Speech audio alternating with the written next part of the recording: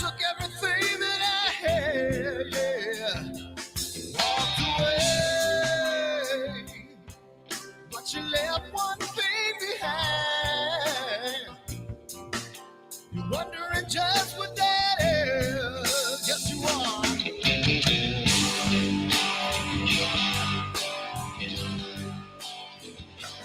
Well, the world stops spinning around, I'll be rocking. When the wall comes tumbling down, I'll be there. When the world stops spinning around, I'll be rocking.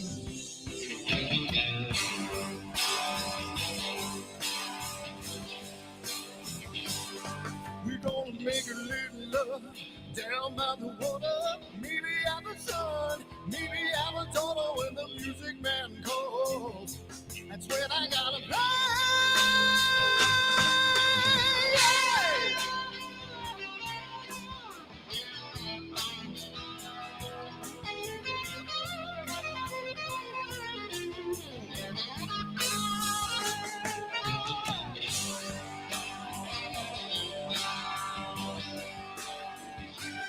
So I burn for the things I never had.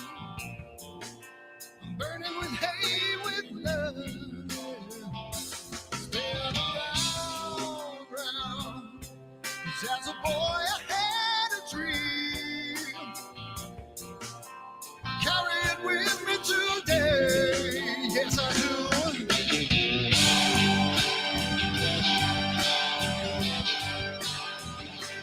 When the world stops spinning around, I'll be rocking. When the walls come tumbling down, I'll be there. When the world stops spinning around, I'll be rocking.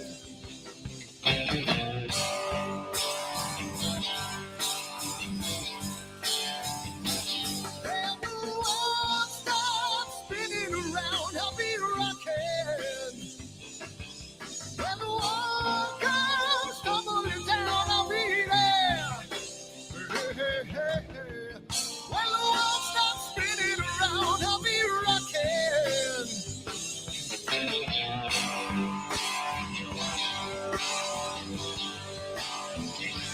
When the world stops spinning around, I'll be rocking.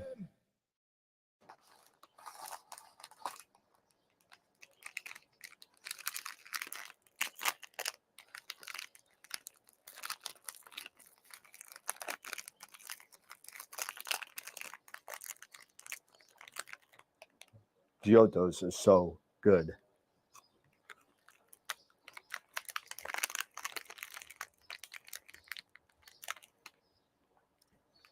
These chocolates are what? Chocolates? We're here about astrophotography. What are we doing? Wrong video. Whoops. Over me, got a will of your own. But I told you that life ain't a fantasy. Now I watch you every day. Turn it up, it's just your way. Rocket fuel runs through your brain. Like I told you on the train, that it's the only thing she knows. The only thing she knows. The only thing she knows. That it's the only, only, only, only thing she knows. She knows. So it started to rain. Met a woman with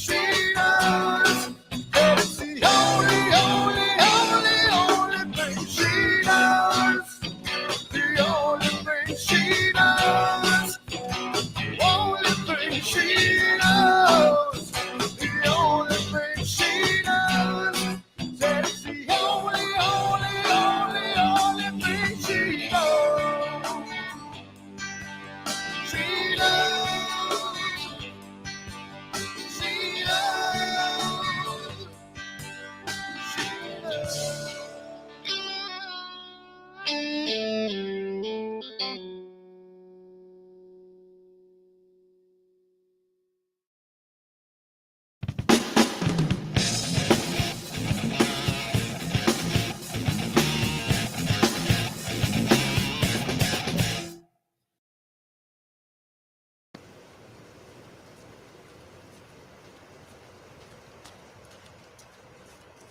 the hell's wrong with my telescope now?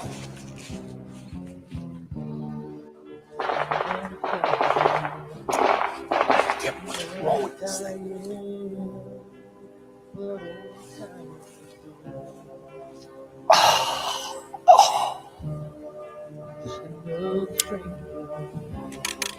The lost Lone Ranger, can I break this spell?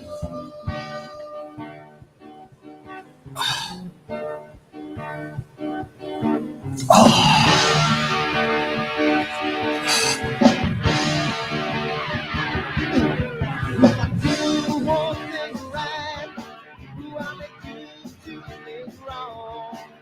If I want that fine line, I will always take the fall.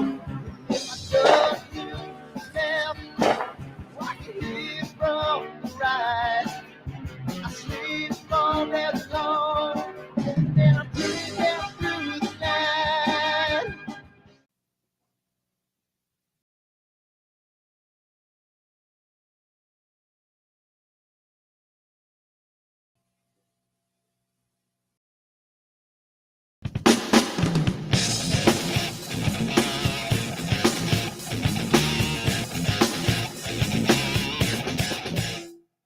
I've seen a lot of bankers, and I've seen a lot of cops. I've seen a lot of lawyers pull out all of the stops. I've seen a lot of children with their parents in their hands. I've felt a lot of women who refuse to understand.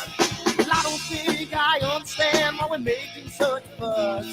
And I don't think I understand what's come of all of us. And I don't think I understand why we take this world for granted. I just want to get right back to Guitar Players Planet.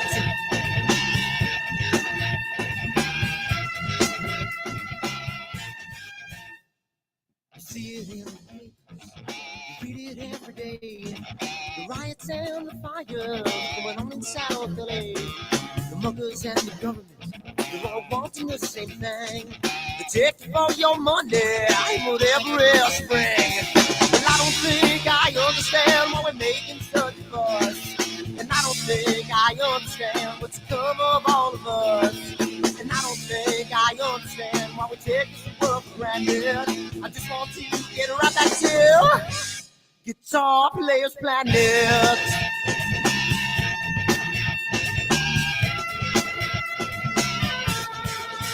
Take me.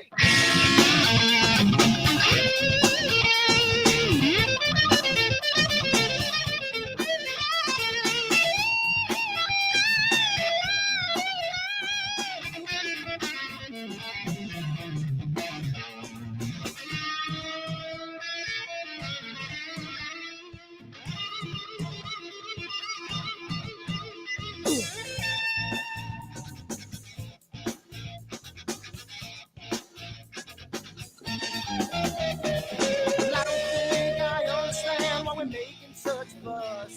And I don't think I understand what's come of all of us. And I don't think I understand why we take this world for granted.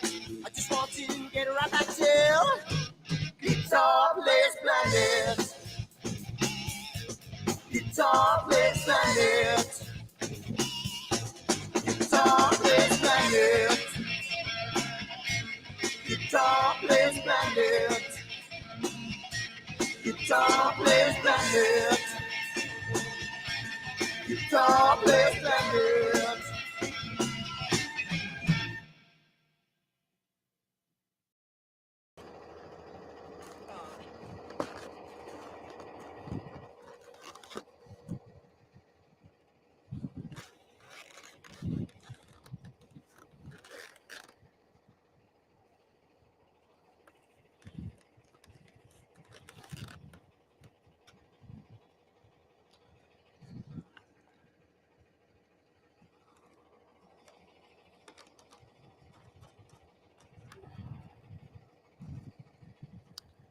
It's gotta mean something. It's gotta.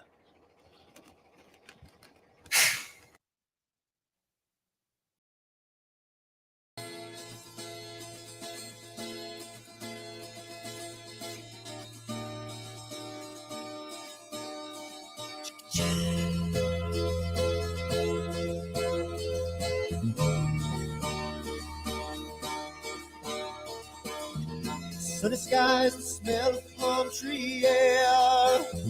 Looking back, I could never feel fair. The way the music has touched my soul, the way that the South holds its control. But I've got a new way to choose. I'm gonna start running back to the lands of the new. Oh, na na na na na na.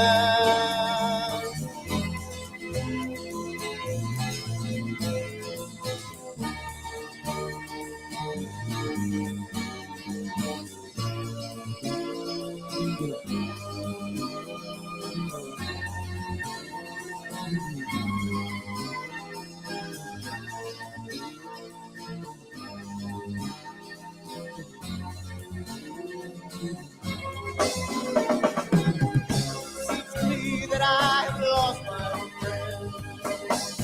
Got the sunset off the highway again. Then I get lost on a long summer day. I must go back before it's too late.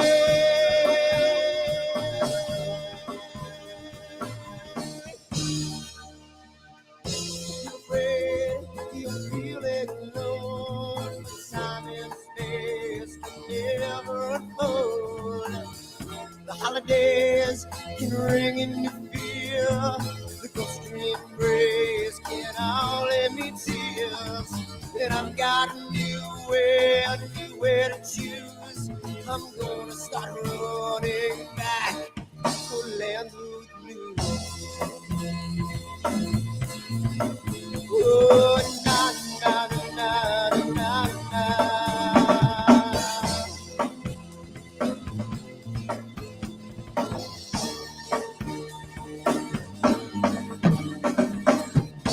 Sitting at the lake, I'm feeling confused, but I had my guitar, so I played this blues. But I'm afraid, the world might be true, that I might never be back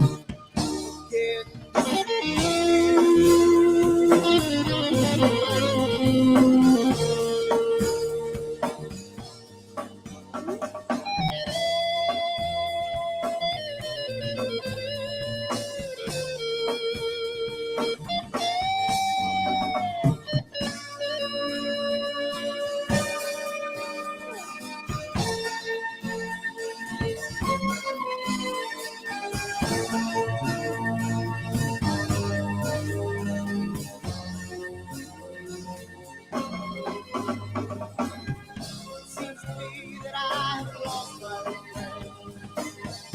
Got the sunset off the highway again. Then I get lost on a long summer day. I must be back before it's too late.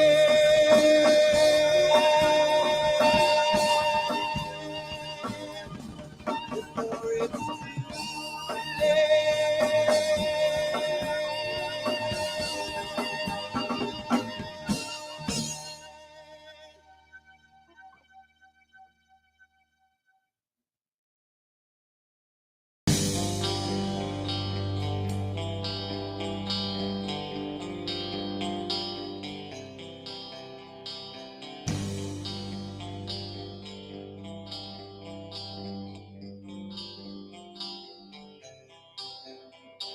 Someone to take me down at night. Someone to make my day. New revelation fills my soul. Oh, I can waste away. You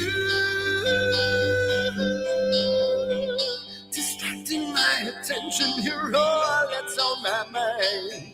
You, not looking for perfection, but you're too hard to find. Now the first night is coming, and I know what to do. You know that nothing feels sweeter than someone else.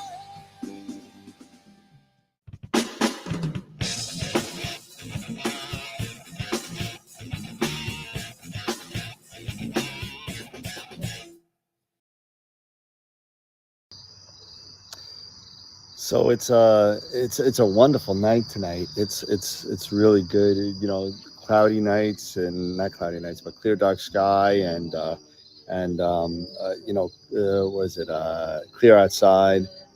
Says it's going to be a wonderful night tonight. I mean, last night was wonderful. Tomorrow's supposed to be great. So I think I'm going to leave my telescope out all night, and it's going to be a really nice night tonight. So I'm hoping to get some really good shots of the Cave Nebula, which is part of my astrophotography meets D&D imaging. I know it's kind of scary, like the way I look at my eyes, kind of crazy. It's pretty cool, but I'm super excited for tonight, and let's see what kind of data I got. Well, yeah. Dirty.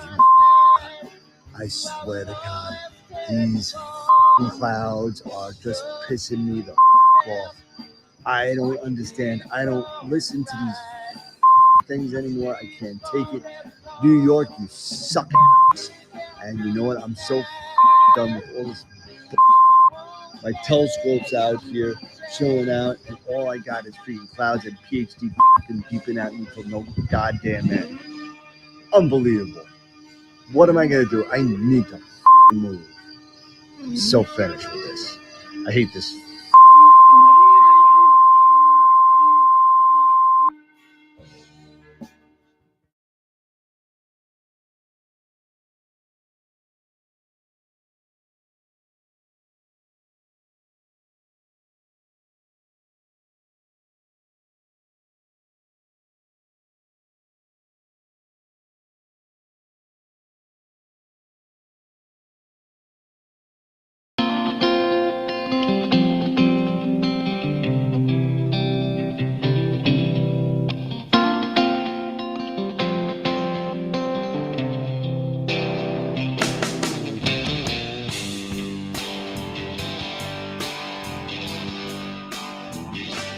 Walked away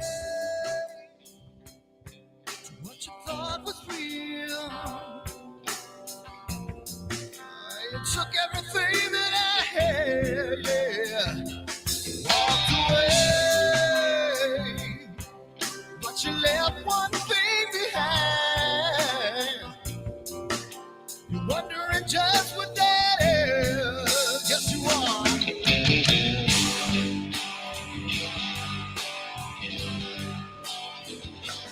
When the world stops spinning around, I'll be rocking.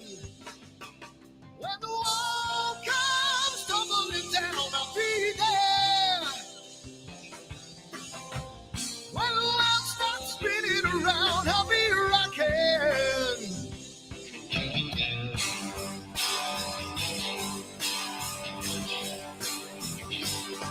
We're gonna make a little love down by the water.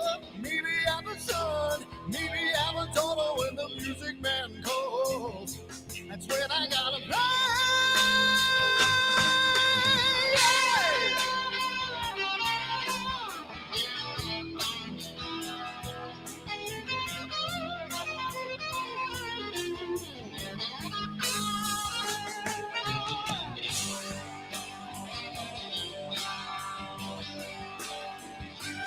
So I burn for the things I never had.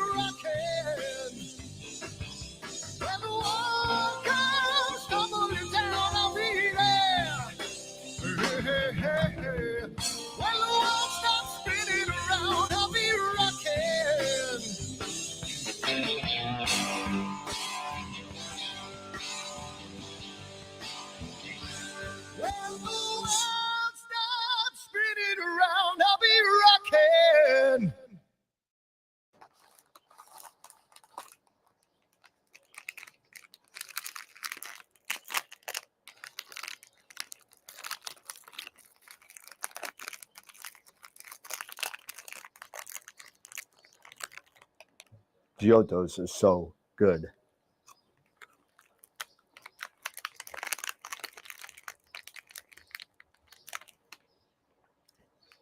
These chocolates are what? Chocolates. We're here about astrophotography. What are we doing? Wrong video. Whoops. For me, got a way of your own. But I told you that life ain't a fantasy. Now I watch you every day. Turn it up, it's just your way. Rocket fuel runs through your brain. Like I told you on the train, that it's the only thing she knows. The only thing she knows. The only thing she knows. That it's the only thing she knows. She knows. So it started to rain. Met a woman with eyes like a hurricane. Told her she was the one. And she left at the moon, calling me and said, now I watch you every day. Turn it up, it's just your way. Rocket fuel runs through your brain. Like I told you on the train. Well, it's the only thing she knows. The only thing she knows. The only thing she knows. That it's the only thing she knows. Got up on the wrong side and I'm getting burned again. That glass is looking brown today. Well, it's the only thing she knows. The only thing she knows. The only thing she knows. That it's the only thing she knows.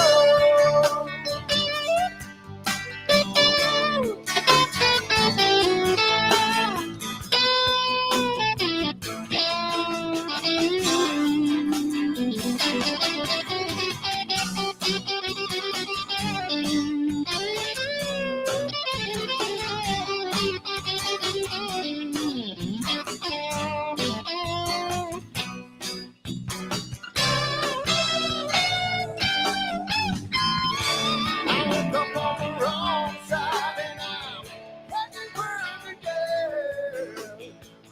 That glass is looking brown today. Said it's the only thing she knows. The only thing she knows. The only thing she knows. That it's the only thing she knows. The only thing she knows. Only thing she knows. The only thing she knows. That it's the only thing she knows.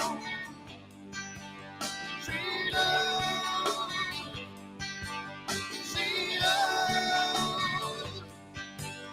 She knows.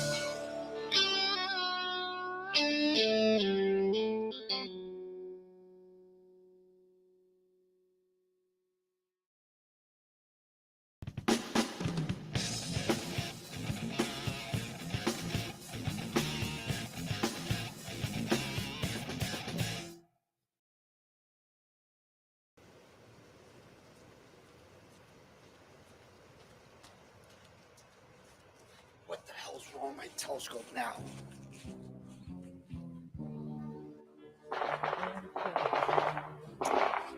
Damn, what's wrong with this thing?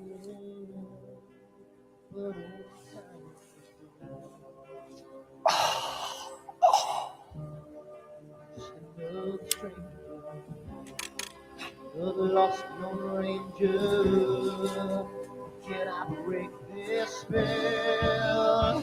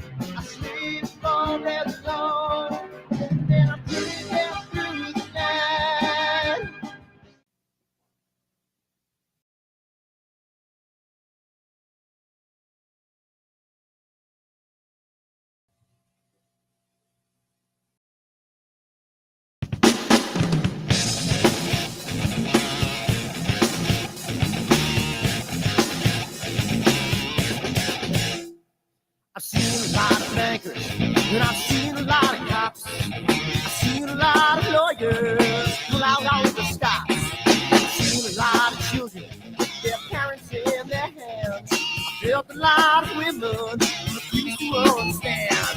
And I don't think I understand why we're making such a fuss. And I don't think I understand what's come of all of us. And I don't think I understand why we take the world for granted. I just want to get right back to Guitar Players Planet.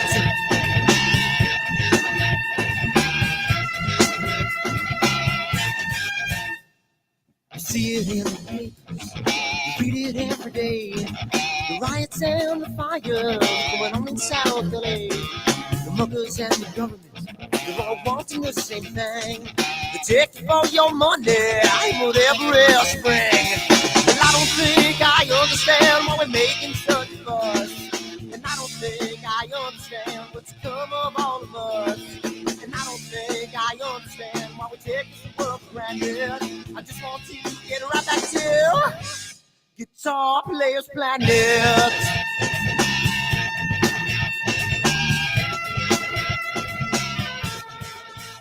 Take me.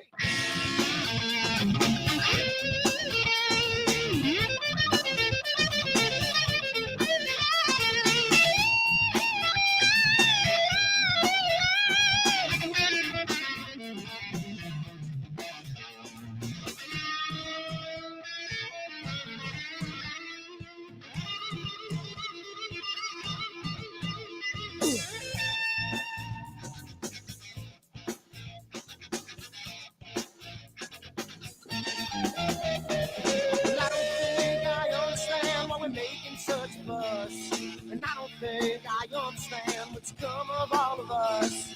And I don't think I understand why we take this world for granted. I just want to get right back to Guitar Players Planet. Guitar Players Planet. Guitar Players Planet. Guitar Players Planet. Guitar Players Planet. Guitar Players Planet.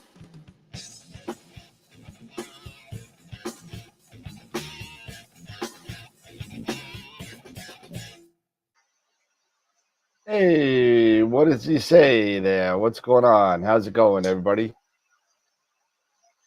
Yep. You got volume? Yeah, I think I hear you on there. He's got the. I have volume. Cool. What's happening, everybody? Hey, we got Eric will be on in a little bit. We're just chilling out here tonight. I'm playing with some new toys, trying to figure this guy out. This is. He's got some cool stuff. Let me turn on the light so you can the ASI killer. Yeah, we'll see. ASI air killer. We'll see how that works out. Not sure about that. I got that. I got some of these in. I got ocals in there. There you go. So gonna be playing with these. They all just came today. So I mean, it's one of those things. So I got a 3D printed model of an adapter for the WD-20 on my tripod. So this will eventually be the EQ6R tripod. No, this is for the Meade LX85 tripod, which is, pretty very beefy random. tripod. Very random. Yeah, well, it was one of the first equatorial mounts I bought. Yep. And it worked fine. It worked good, but it's not a very heavyweight mount. Yeah, but I mean, But the tripod is perfectly usable, and now I can have the EQ6 and WD-20, two different scopes going at the same time. There you go. So, but I have a stepson who is proficient at machining things. He's going to take a block of aluminum and make this a permanent piece. So he did it initially on the 3D printer to make sure that we can put it on there. It's going to fit. Everything looks like it lines up. And then he'll put it on the CNC machine at his shop and make a freshman. So if anybody needs a funny mount adapter or anything like that, hit me up, let me know, send me the specs, send me all the information, and potentially I can get it made for you. Nice. For a bargain basement price. Only for AstroWorld people. Only for AstroWorld people. That's correct. Patreon members only. Yeah, there you go. But I'm still waiting on the final price on this. I don't know yet. They haven't come out with a U.S. price list yet. I was able. It's funny. I was able to get this, and the people that got it for me will remain nameless due to the fact they may be thrown in a Chinese gulag. But so you know, I got this smuggled from China into the United States. I think I may be one of like maybe 2 or 3 people in the U.S. that actually have one. And That's pretty amazing. You got one before Quib. That's pretty good. I should just send it to him. I should send it to him. Hey, you want an Astro Station, Queeve? You want one? Yeah, you work the bugs out on this You know, thing. you have more time than I do, my friend, and a lot more followers. So I mean, if you want, you know, And he's good at working that stuff out too. actually, this has already been promised to Sean, and he's gonna kind of work out the bugs into a. Oh, there you go. Sean can do it too. Yeah, Sean. I've been playing around with it a little bit. I have not been able to get it to link up to whatchamacallit, to what do you call it, to BlueStacks. I've been able to get the APK loaded in and on, but I'm wondering if the emulator isn't screwing with things a little bit. So I'm charging up right now my Samsung Galaxy Tab, because right now the app is only for Android right now, even though the box does say Apple on it. So that's always under, you know, that it'll probably be out. That's probably what they're waiting on, is the Apple app. That's possible. What's BlueStacks? BlueStacks is a Android emulator for Windows. Okay. So I could run, like, if I was using an ASI Air, I could run it off my computer and inside, or laptop, whatever. Yeah. Okay. No, we're not. I promise you, I got my brains back somewhat. I'm gonna really try not to throw this show off the rails like I did on Wednesday. Like really early. I mean, it was like 15 minutes of Astro, and the rest was just talking crap. But I take all the blame for that. Take all the blame for that. I take all the blame for that. I am the one that does it most of the times, and that's my style. So I mean, you can love it or hate it. If you hate it, turn it off. If you love it, keep it on. That's all. It's one of those things. Yeah. But so this is the Tube Tech Astro Station.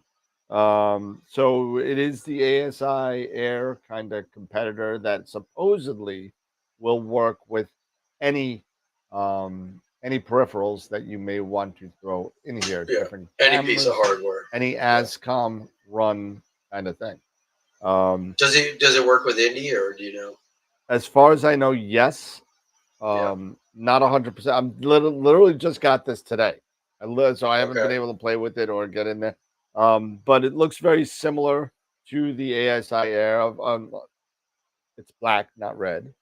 It does have a SD card slot, the regular one, not the mini or the TF card or whatever. It has a USB-C port right here. I don't know if you can see it with the light on it, but there it is. Power in 12 volt power switch, Wi-Fi antenna. What you're used to, the 4 12 volts.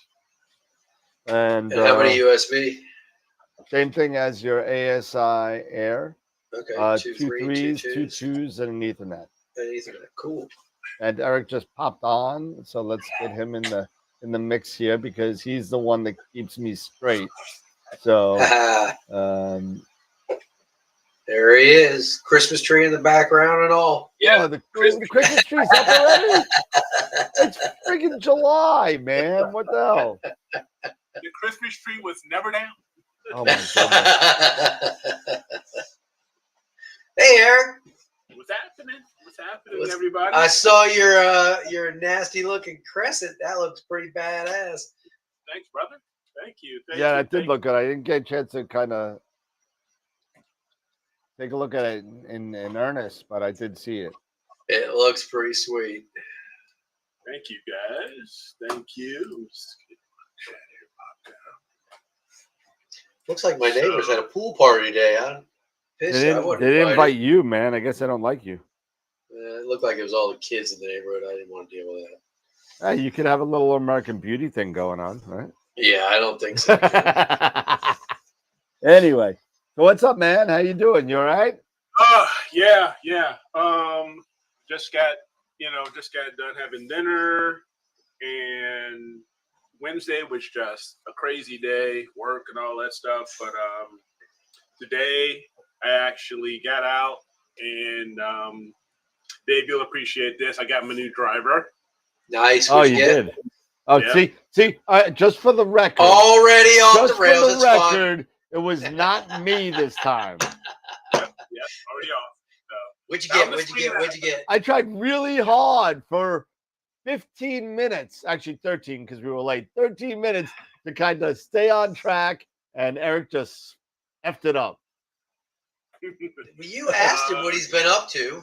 That's what I was up to. I meant Astro. I didn't mean golf. But anyway, go ahead. no, what'd you get, man? I got a Launcher XL. You did. Oh, You did. you got the launcher. Okay, that's it. The Launcher XL. Yep. Okay. So yeah, so I pretty much went all Cleveland. So you're all Cleveland. Yeah. Yep, I went all Cleveland. I ordered a Highwood. I get that tomorrow. And then I ordered my clubs. So those are the Halo XL full face Okay. Yeah. clubs. So yeah. So you're not breaking any. You're not breaking any Illinois laws by having Cleveland equipment, right? A little bit. A little You know bit. what? You know what? The White Sox suck right now, so I can go Cleveland if I want. I don't think it'll matter.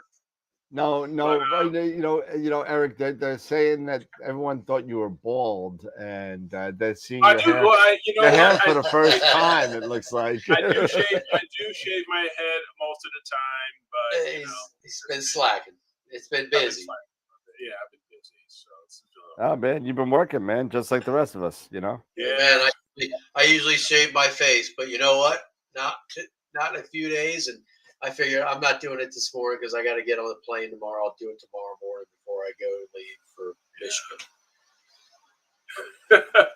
Gideon, I love you, brother. He's like, Eric, you sound a little crusty. What is crusty? He's growing a fro. Do I sound like toast? He's growing a fro. Like what's it? Who is it? Who is it? Fletch? Remember Fletch? 6'5", Oh my 6'5" with the afro, 6'9". Yeah. Oh my god, dude! I wish I could grow a fro, but thanks to my mother, to genetics, my mother's genetics, I am never gonna get past this height. I want to see Eric. I could grow a fro, but I want to see Eric in like a Kid and Play kind of thing. You know what? I did back in the day in high school. I want to see that picture. I did have a but yeah. But anyway, Eric with a Philly, a flat top Philly. There you go. No kidding. So yeah, everything's been, as far as Astro, everything has been going good. We've got some really good weather tonight and tomorrow. I'm glad you do. Awesome. Yeah. So great weather tonight and tomorrow. And this is new moon week. I know. Rub it in. So I'm working on one of my favorite targets, a target that I have shot several times successfully, and it's almost like I do it every couple years. NGC 7380, the Wizard. Yep. Yeah. So I love the Wizard. I love the Wizard. Matt's asking you, Dan, can you turn Eric's volume up a touch? What's up, Corin? Really? Okay. Yeah, I can. Yeah, that's what he's saying. So yeah. So I kicked out. So it's for those who haven't seen it on Facebook or on my AstroBin or on my website, astrowitheric.com. I did kick out my Crescent. And for those who haven't seen it yet, I'll just share it here really quickly. Yeah, show everybody. It looks really good. Yeah. Hey, Jackie. Jackie said she has a story for me about some Christina girl. Christine So, Utter. Somebody. So there it is. School? God, it looks really good. Yeah. So this was a combination of RGB stars. Each RGB filter were 30 seconds. I did 60. 60 frames, 30 seconds each of each filter. Okay. Yep. Yeah, nice. And then for the narrow band, 52 300 second each of hydrogen alpha and oxygen 3. Nice. It looks really good. So yeah, thank you. And a lot of it, all done, processed, pre-processed all through PixInsight using a lot of SETI Astro tools and scripts, as well as Russell Croman's, of course, with Blur Exterminator, Star Exterminator, and Noise Exterminator. So making things really, really helpful with me working on this. And, some tutelage, that I picked, from Sean, him giving me tips and stuff like that we've done on the air. I love it. I love you didn't oversaturate or anything. It looks really smooth. I heard you two throwing natural. shade on my Eagle. I heard you. I heard you guys talking that crap. The hell. I don't throw shade. What are you talking about? That's not what I heard, man. You heard nothing. You heard absolutely nothing. Yo, I thought you were my friend, man. I thought you were my friend. What? So, with friends like you, who needs enemies? Right? I just quit. I'm done. So with this and me being up this post, I brought up a topic that I wanted to share a little bit, because also this is newbie Fridays, newbie and novice stuff. So let me share. Let me go here to one of my spots here, and I want to bring up, if I can find it. There was a comment, and it's not a big deal. I mean, I don't take a lot of this stuff. I don't take a lot of these things personally or anything like that. But it was just something that I wanted to share that brought up a very good point, and if I can find it here, I will, and I'll share it. So let me see if I can find it here. And then I'll share it. So you guys can just keep talking until I'm trying to get this stupid thing working over here. This Astro station. George, where is your okay. Yeah. Your site? Where's your dark sky site, George? He said a bunch of people went to their dark sky site. It's still over 100 degrees Fahrenheit.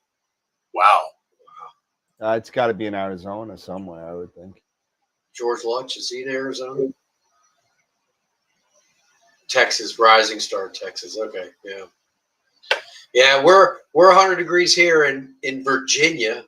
So, yeah. And obviously Jackie, Baltimore, 50 miles north of me. So, yeah. And it's a hot and humid heat too. So let me share my screen here again, and we can have a little bit of a discussion on this. So let me go to your screen. Share. Okay. So here was my a lot of times I just do simple blast posts on a lot of the groups that I've joined and stuff like that on Facebook. And this one was in the group Budget Astrophotography. And, which was very, people coming up saying, very nice compliments, like, how the heck you get such a clear picture, stuff like that. And someone was saying at that point now, it's no longer Budget Astro. Yeah. And then someone saying, I'm about to sell all my stuff and buy all of his. Need about 10K. And then someone says, maybe we need to post your receipts, because I guess in this group they have a rule, that says they don't want anything posted that's equipment that's over a certain dollar amount. I believe their dollar amount is $3,000. Oh, well then, yeah, you're way over. You're busted. You're busted. So I'm broke.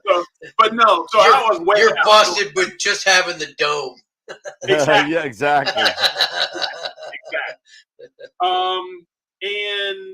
But what it brings up is a question of, budget when it comes to astrophotography. And budget is it can be relative, right? That is true. Yeah. It can be quite relative, and it really depends on, for this group of people, it's $3,000. For other people, it could be $10,000. It could be whatever. And I'm not trying to justify anything for me, but I would say for me, I'm just a middle class guy, and everything that I buy, it's a lot of this stuff I build up to this. It's not like I can drop, a bunch of money. It's not like you bought it yesterday and then exactly. You got it. And then I got a picture of this. All of this was a very gradual thing. Like my mount I bought secondhand. The OTA was priced. I bought that pre-COVID, and you can't. And I'll be honest, you can't get, or I don't believe you can do a monochrome setup under $3,000 with everything that goes into it. With the filter wheels, pending the filter, unless it depends on the filters. It depends on you get like a 183 mm with 31 millimeter filters and get really small, and it's going to be tough. $3,000 is going to be tough just because of the mount. It's going to be tough because of the mount. I mean, heck, if I would have said I would have mounted this on my AVX, which I still have, I bought that AVX at the time. I bought it. It was $800, $800 or $900, right? And then you buy an edge on top of that, just the edge. Okay, if I had bought the edge in the AVX, just for that at the time would have been about $2,100. Yeah, about $2,100. Then you throw on a reducer, then and that includes a reducer, because $1,700 and then another $800. You're about $2,500 or so. And then you got to get a camera, and if you're doing a one-shot color, then it's so you're gonna be potentially right about that $3,000. You could be. You could definitely be. Could be around $3,000. It just depends on the equipment. And I live by a budget. Okay, my wife, God love her, she gives me an allowance basically. She says, you have $50, right? I get $50. And I got to hold on to that $50 every month, and it just piles up. And then eventually I can do something. Apparently Dan doesn't, because he bought something that he showed us on Wednesday that he's going to get in big trouble for. Right. Oh. But no, you don't know about this. He doesn't know everyone on. We'll get to that in a second. That is definitely an off the rails segment. So we'll get to that in a minute. But my point is that to the group of budget astrophotography, I totally agree. I totally understand. Your rules are your rules. I broke the rules. Not a problem. I get it. However, when it comes to budget astrophotography, what do you consider budget? Are you talking low budget? You know, maybe a DSLR and a tracker, and in their case, excuse me, that's probably what they're talking about is maybe smaller refractors, like maybe the SV Bony refractor, or you know, 80 doublet, you know, little 60 doublet, millimeter, you know, things like that. You know, so and you can still get very good pictures. Like if you got a Zenith Star 61 or 80, you know, those doublets are quite good and they're relatively low cost, right? And you can, and that can run on a very modest HEQ5, EQ6, and AVX, stuff like that, you know, and you can get a 180, like to Dan's point, you get a 183 mono with ZWO filters or something like that. Or you could get Optolong or Antlia filters, pending. It just depends on where you want to invest your money.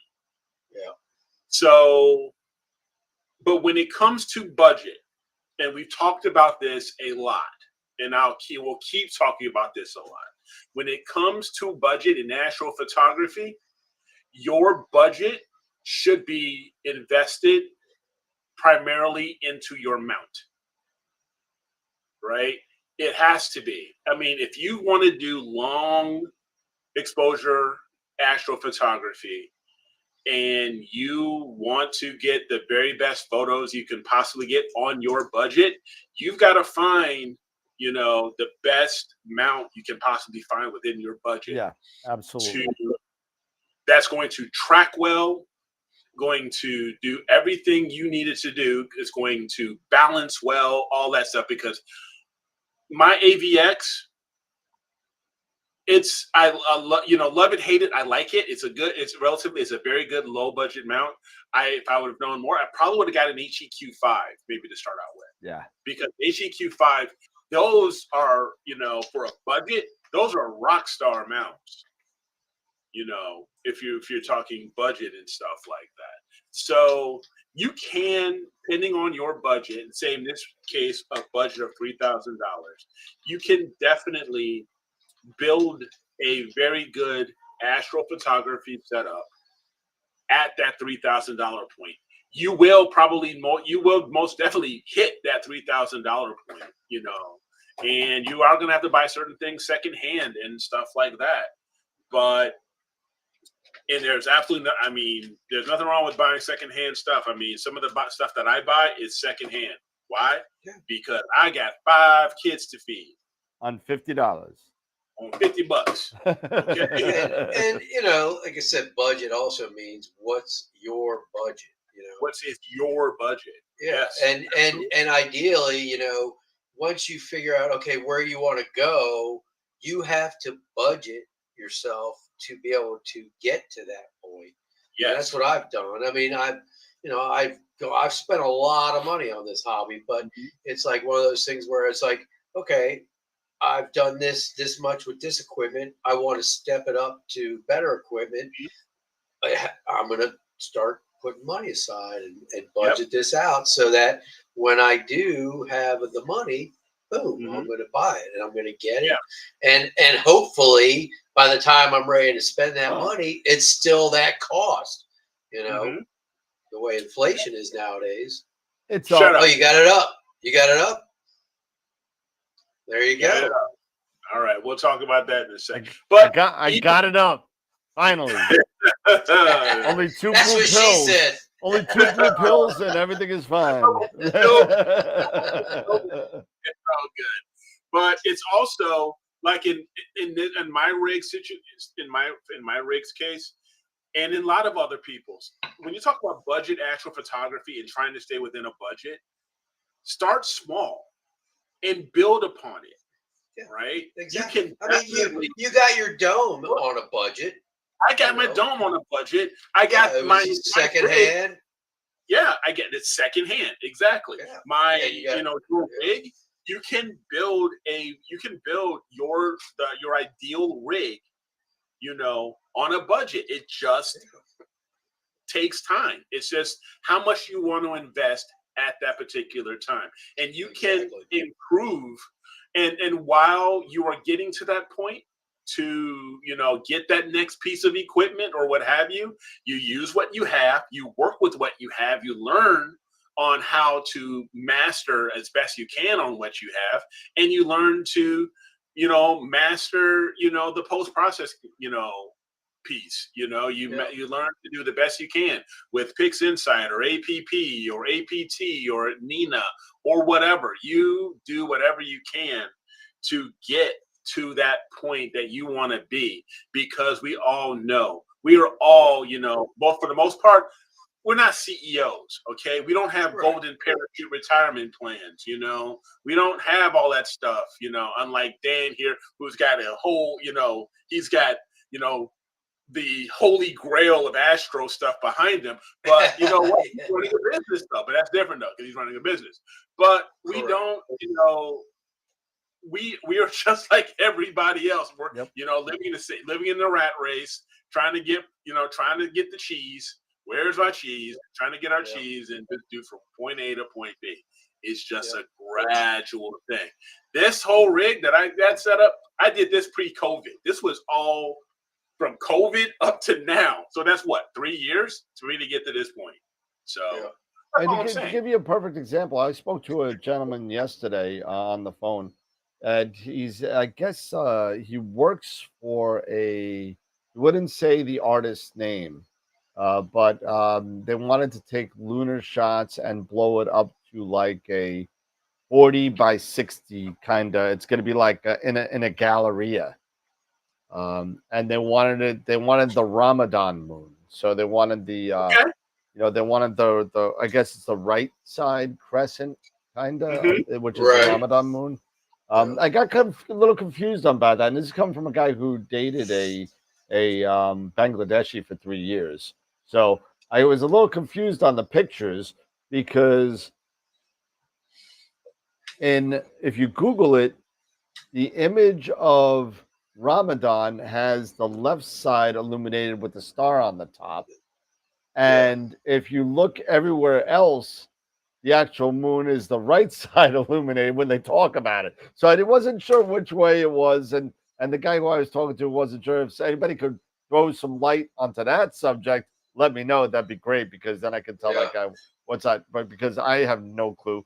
But whatever the case may be, he wanted to do the right side, and he wanted to shoot it this weekend. This the weekend of the 6th, 7th, 8th. And I'm like, not happening. Yeah, there's no moon. Yeah. And even so, you could get the right side of the moon, but it's right after sunset. And so it's so close to the sun that it's going to look like a daytime moon, more or less. Or it's going to be so low, it's going to be like, that brownish, brownish orange kind of color. So thank you, Tarek. Oh, you're the best. I love you. Thank you. Doesn't matter which side. Thank you. Doesn't matter which side, just a toenail. I should have asked you, Tarek, coming from the UAE. I'm not trying. I figured you were the closest to that part of the world than any one of us. So I mean, I probably should have thrown that out there. But thank you, please. But either way, the artist wanted the right side for whatever thing that they were going for. So I was like, you got to wait till the winter time to be getting this, because it's too low, number one, and it's just the right side is always too close to the sun. So it's one of those things where you got to kind of sit there. And I told him, I said, I actually, when you're doing business, and this is the whole topic of this conversation, when you're doing business with people that have the money, like have lots of money at their disposal. Yeah. But this is a one and done project, right? So that's all they're going to do. They're never going to do deep sky. They're never going to do anything. They're going to, that's it. They just want the crescent moon. That's all they want. But through conversation, I was like, you're a photographer. What? Don't you have a telephoto lens or something you could use and just take some video and stack it and get a higher resolution so you can print it on something that big? But you got to take. I was trying to explain the video aspect to them so you could bump up the resolution through video files. Right. That's what you got to. And he was like, "Oh yeah, video." I said, "Yeah, video. That's what you kind of got to do." So whatever the case may be, but I downsold them. I said I had him at an 11-inch Schmidt to do this with a mount and everything because they wanted something so up close. Yeah, they wanted to take up the whole frame of a full frame DSLR mirrorless camera. Yes, mirrorless camera. So they're shooting with the Sony A7 IV. So yeah, beautiful camera. Just rotate it and processing. No one will. Well, yeah, but if it's going to be that detailed, they're going to know those craters aren't on the right side. Nobody's going to know this. I know they won't, but somebody might, and then you're busted. Yeah, then you're busted. But whatever the case may be. So I downsold them. I said, listen, I would love to sell you a $10,000 mount and a rig and a camera and the whole thing. But this is a one and done thing rent yourself a good 400 to 600 telephoto lens. Buy a $250 tracker. Buy a Move Shoot Move with a ball mount. Yeah. Throw it on your Manfrotto and have a day. You're in and out for like less than $500. Yeah. Yeah. I mean, that's the best I could do. But now he's like, oh, well, we want something to fit the whole thing. And now he's back to the 8-inch Schmidt. He's down to an 8-inch Schmidt now. So, I mean. But you can crop it. He doesn't, they don't. The artist, whoever the artist is against. They want a single shot. They want a single shot, no cropping, fill the frame, the whole thing, high res. It's not going to be that high res. Well, it depends on how much frames you take. I mean, I told them, I said, you're better off getting a refractor. It'll be a lot more sharper than a Schmidt, a Lunar. It doesn't even have to be that big of a refractor. No, I was going to sell them on an 80 Esprit. Yeah, that'd be probably perfect. 400 millimeters good, but I don't know. So some people, listen. I hope you're not listening. I hope you're not listening, but because I'm not mentioning any names. But you know what? If you're watching and you're just doing a one and done, rent yourself a good telephoto lens for the weekend. That's going to be clear. And just shoot it. Shoot your video, get something to tracks, get like 15, 20 minutes of video. Yeah. Stack the top 30% and have a day. Yeah. And it'll be an amazing picture. Yeah, put it through. Somebody was talking about gigapixel the other day. Yeah. Yeah, and putting it through gigapixel and throwing it in there to bump the resolution up. Yeah, and that would be great. And yeah. 10 times better than a one and done. Yeah. Absolutely. Don't forget, we're almost at time for the for image of the week. Yes, we are. Well, don't forget. We already have, by our rules, we already have our first novice announced. So I saw there was one in there. There was nobody else, just the one. There was only one. That's all right. All right. So we got a winner chicken dinner. Oh yeah. Just like the lottery, you got to play to win. So if you don't play, you can't win. I'm never gonna win the lottery. Yeah. Sometimes that's why I don't even bother. It's not worth it if it's not like 750 million. It's not worth it. It's not worth the $2. I don't know about all that, bro.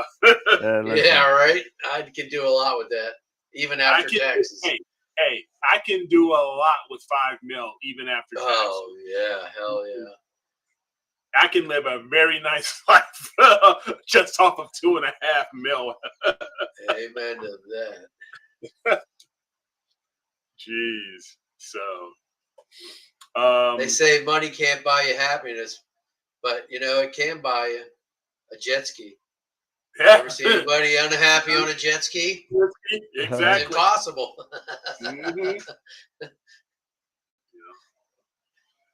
Yeah, it can't buy you happiness, but it can sure grant you some great toys. And those toys, Absolutely. That's right. That's right. oh man.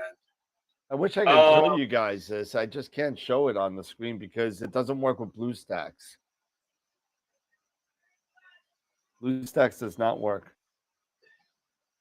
So, but you're using what are you using it? I have a really old Samsung so Galaxy you're Tab. using it's the Android. Yeah, app it's only Android right now because it's still in beta. So gotcha. even though the box does have a picture of Android, Apple, and Windows on it. So they just haven't got the bugs worked. Yeah, it looks like it. I don't have any equipment attached to it, so I'm not messing with it. I just wanted to get it running and see if I get it. But it looks like it's kind of like the same thing. There are buttons for main camera, guide camera, focuser,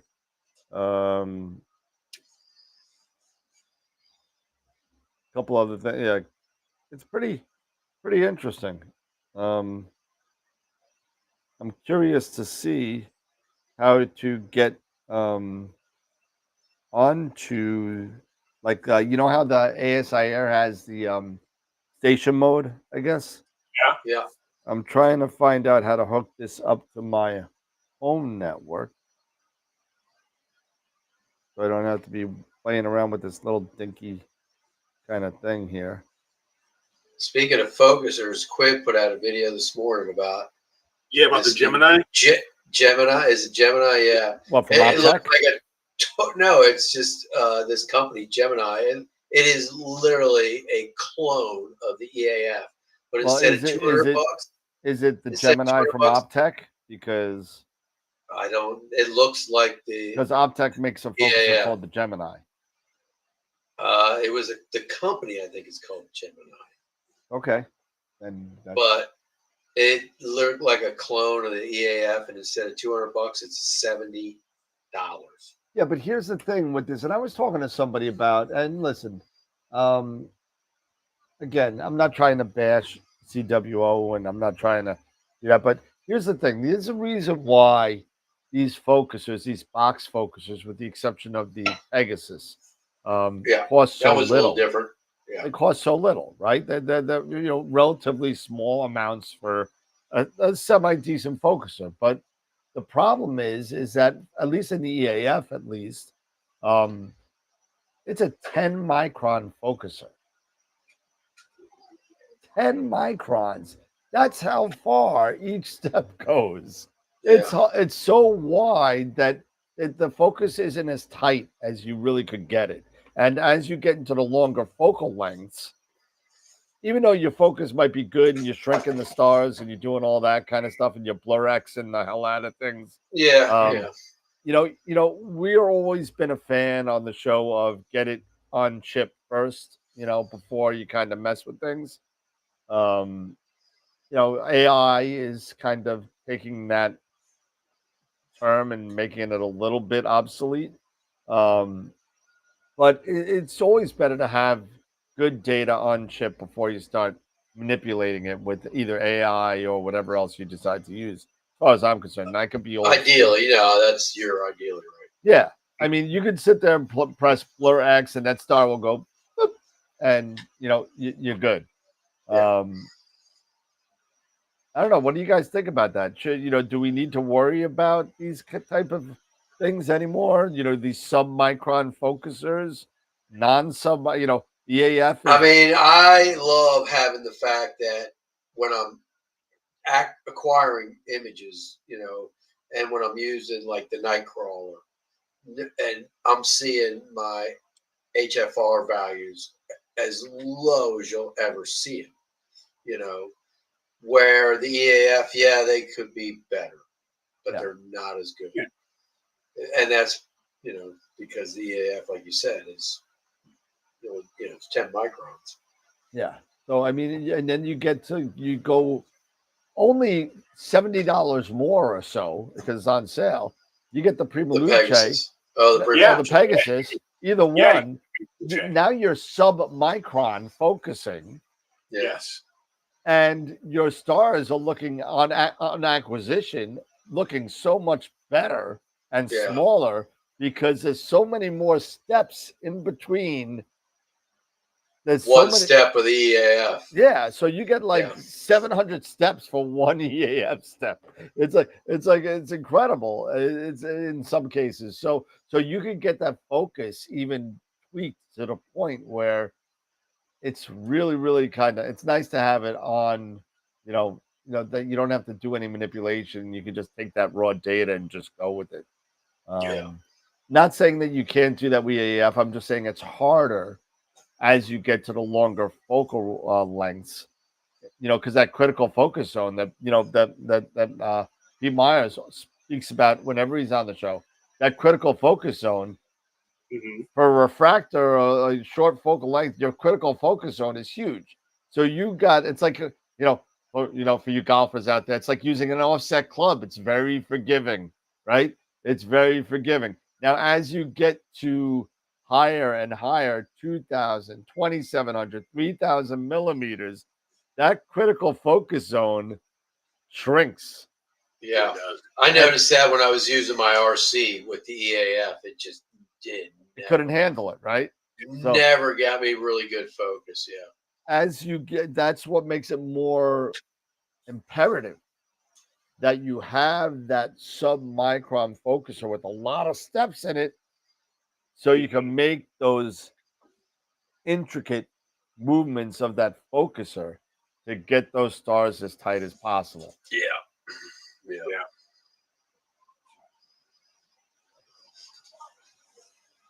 All my telescope have night crawlers. As has night crawlers. Yeah. I mean, it's just, again, when it comes to, like we talked about earlier, it just depends. It's about your budget. I mean, and it's about what you can afford and to do, what you can afford to do, what with the equipment that, within your budget, with the equipment that you have. Me personally, again, like to Dan's point, nothing against ZWO, but that their particular focuser, just like maybe with a QHY and like the other box focusers, as you become more experienced with astrophotography, you become more experienced in understanding your equipment more and the equipment that is offered out in the marketplace. You can start making decisions on what is going to work best for you, as well as what type of imaging do you want to get. Because like Dan says, if you want to get the best image, it's best to get it right off the chip, right? So for me, that would be something like maybe rethinking and looking at getting, a Senso from Prima Luce for my refractor, because it is that sub-micron, focuser versus an EAF, so you can have those, those sharper, pinpoint stars versus on an EAF. It just really depends on what you're trying to accomplish at that given time and what you can afford at that given time. Because who's to say 1 minute, you can just get started, buy an EAF for $200, and then if you feel up for it, maybe the following year or something, maybe you have some extra disposable income, and maybe you can afford to spend $350 instead of the $200 and get the Senso, and then sell the EAF for $75 or $50, something like that. It just really depends. Well, you know what I'm thinking about? I'm thinking about getting that 2.5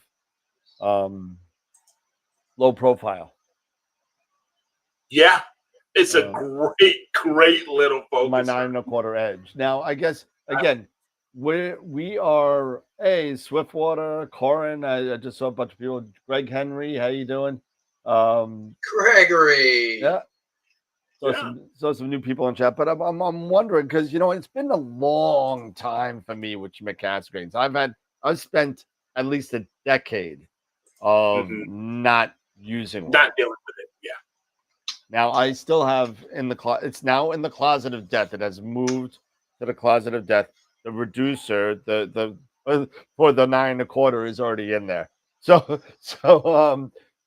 I guess my question is, and maybe things have changed. I don't know if they changed with the Edge. So again, being newbie, maybe I'm playing devil's advocate here, playing a little dumb or not, whatever. Do I have to have good spacing without the reducer for the Edge and put a camera on them? Not for 9 1/4. You don't. It's not. You don't need to worry about that as much as you have to with the 8 and a reducer. Well, no, I'm told no reducer. No, I'm saying. If you were if me using a reducer, you have that such a tighter window of back focus. You have to stay within 105 millimeter. So here for me, that's with the reducer, though, right? That's with the reducer. But see, with the Edge, with anything 9 1/4 and above, then it doesn't matter. It's all the same length. I think it's like 143 millimeter. Doesn't matter. But that's with the reducer. With and without. It's only the 8 that you have that variant between 1/3, between F10 and F7, and you have to have that 105 millimeter with the reducer with the Edge 8. With a 9 1/4 and above, they're all the same back focus with the reducer or without. Huh. Okay. I learned something new today that I did not know. So does it have to be the 146, or can I be less than 146? Can I be at? Because I'm throwing the 2.5 inch. I'd say as long as you're probably within a millimeter. So I got to be at the 146. Yeah, I'm sorry. You got to be pretty darn close to 146. Even without the reducer. Okay. Yes. Okay. Yeah. So that means I got to have a big kind of space in between that and the focuser. Yeah. You still have to have that space. So yeah. So that way, you could then use, the T-ring, because that T-ring is going to give you 50 right there. All right. And then you can then That do still leaves whatever. 96. So. Right. And then you've got your additional, if you're going to use the focuser. The focuser's what, like 27 or something? That's like 27 or so, and then and your OAG and your filter wheel, other things. I'm gonna try something new. I'm gonna try something different. I'm going with a guide scope. I'm gonna try. Okay, yeah. So you're still gonna have to be at 146 regardless, with or without a reducer. I just, once you set up an OAG, everything works great. It works awesome. I've used an OAG. I love it. I absolutely love it. It's just getting there. It's not that hard. It is when you're in New York, and I'm just as bad as you with the weather. It depends. Maybe depending on your size or what have you. But once you get it locked in, man, you're set. It's set. You're done. And that's why I like and if you are using a Celestron OAG, you have a much. I will not use a Celestron OAG. I will not. I'm just saying. Hate it. I think they're very good. I mean, you have that big body. You can add that big body. That's the problem. If you want to add anything to it, you're screwed. But Dan, if you're at 146, man, all you really need, you can add on that. Because you can purchase an additional piece, which is like a slightly bigger body on the end, right? You can start swallowing up that 146 to make it a bit easier for you instead of worrying about, okay, I got to get additional space for here, get space for there. If you're using that Celestron OAG, even if you're at F10, with the Pegasus, not the Pegasus, but the Prima Luce, Asado, and everything, and you're still using this T-ring in it, Right.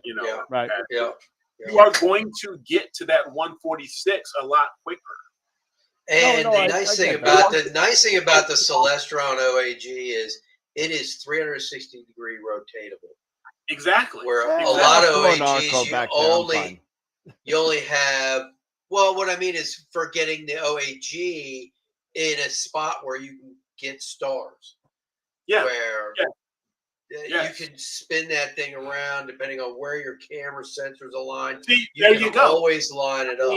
Where I have an issue with my OAG because I can only rotate it so far. So I have to make sure that my camera's threaded on just right so that I have enough room with my OAG to move it to where it's going to be in the right spot above the camera. Right. So yeah, now you literally just pop these inside by the flattener. Now you're gonna have to excuse me. This is something that annoyed me a little bit. The guy who sent this to me, I don't have any end caps. Oh, you don't have the cap. You don't have the end cap. The screw-on end cap. I need new end caps for this. Yeah. For both sides. But yeah, I get that. You could do this, and this, and there goes. And you can rotate it depending on where your camera. Your off-axis guider can be turned in order to get those guide. So if you take off that reducer and then you put that that big body OAG on the back of your visual back, right? And then just like that. And then prior to that, just between there, then you go ahead and you put on the I think you go ahead and put on the focuser. I'm trying to remember if you put on the focuser before or after. I got to take a look at mine really quick. Because you have to make sure, because I think you put the focus. Well, the focuser should be over here. Over here, right. And then because that moves the whole train back and forth. Exactly. Yeah. Exactly.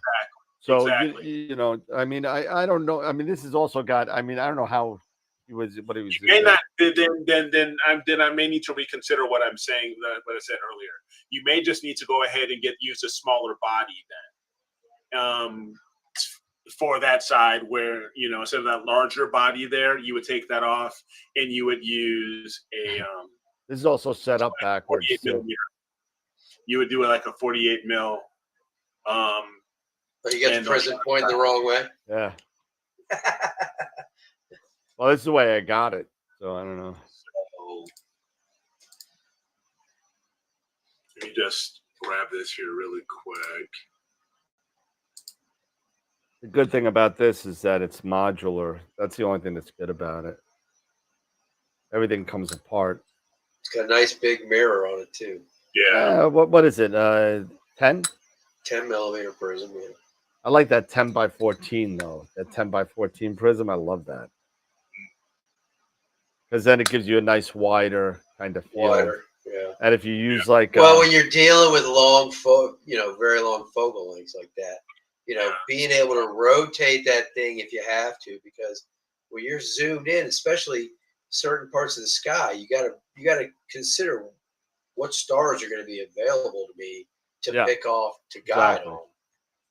Yeah. See, so this is the camera side here, right? And this is the scope side here, right? Yeah. So what you want is the flat side of the prism facing the stars, right?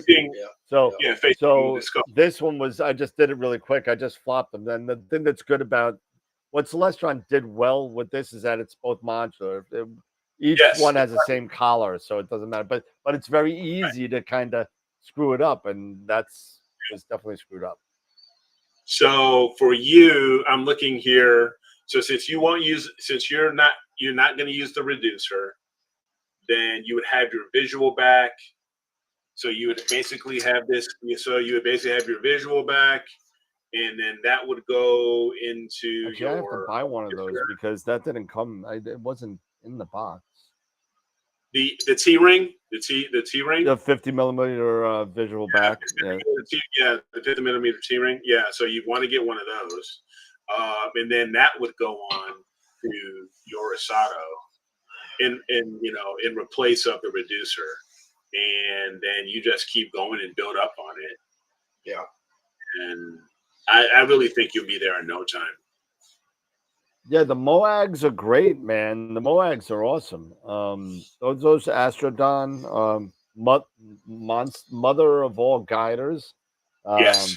Those things are great. And the first time I ever came in contact with one was because what's his name bought it? Scott Cole bought one, and I helped him put it together, and it's really, really great. It's huge. Yeah, it's big. Big focuser. I mean, this has got. I thought he had a smaller. For something like that 9 1/4, that might be a good option for you. Well, he's got. Well, no, I mean, this is fine. I mean, I'm not going to go crazy on this yet. You know what I mean? Right. Maybe in the future when I go buy something else, that's fine. You know, maybe I'll upgrade this. The one thing that bothers me about this whole setup is this space, dead space, right here. Well, that's going to go away. You're going to take that off. You're going to take that off because that's where your Asato's going to go. Right. Well, here's the thing, though. Also, the adapter's got to be deep enough to not hit the OAG. You got to have it because the OAG hangs over. This isn't like flush. Well, don't forget, like you said, it's modular, so you can always loosen it and adjust. No, but what I'm saying is, if I take this off, right? If I take this adapter piece off, right? Mm-hmm. Right, it's gone. Take that off. And I take the Asato, which is flat. It's gonna bang. It's not gonna be flush. It's gonna bang. It won't be flush. Yeah. So so you get another. Yeah, you get a. 48. So I need a collared adapter. No, there's a flat adapter that fits on there that comes with it. But it's probably not M68 though. No, it's M48. Yeah, M68 is it 48 or Asato. 54? It's either 48 or 54. Yeah.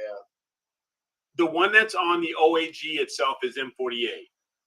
The flat adapter is. Yeah, the flat adapter on the OAG is 48. Then all you need to do is you can get the on the Asato, you get that M54 to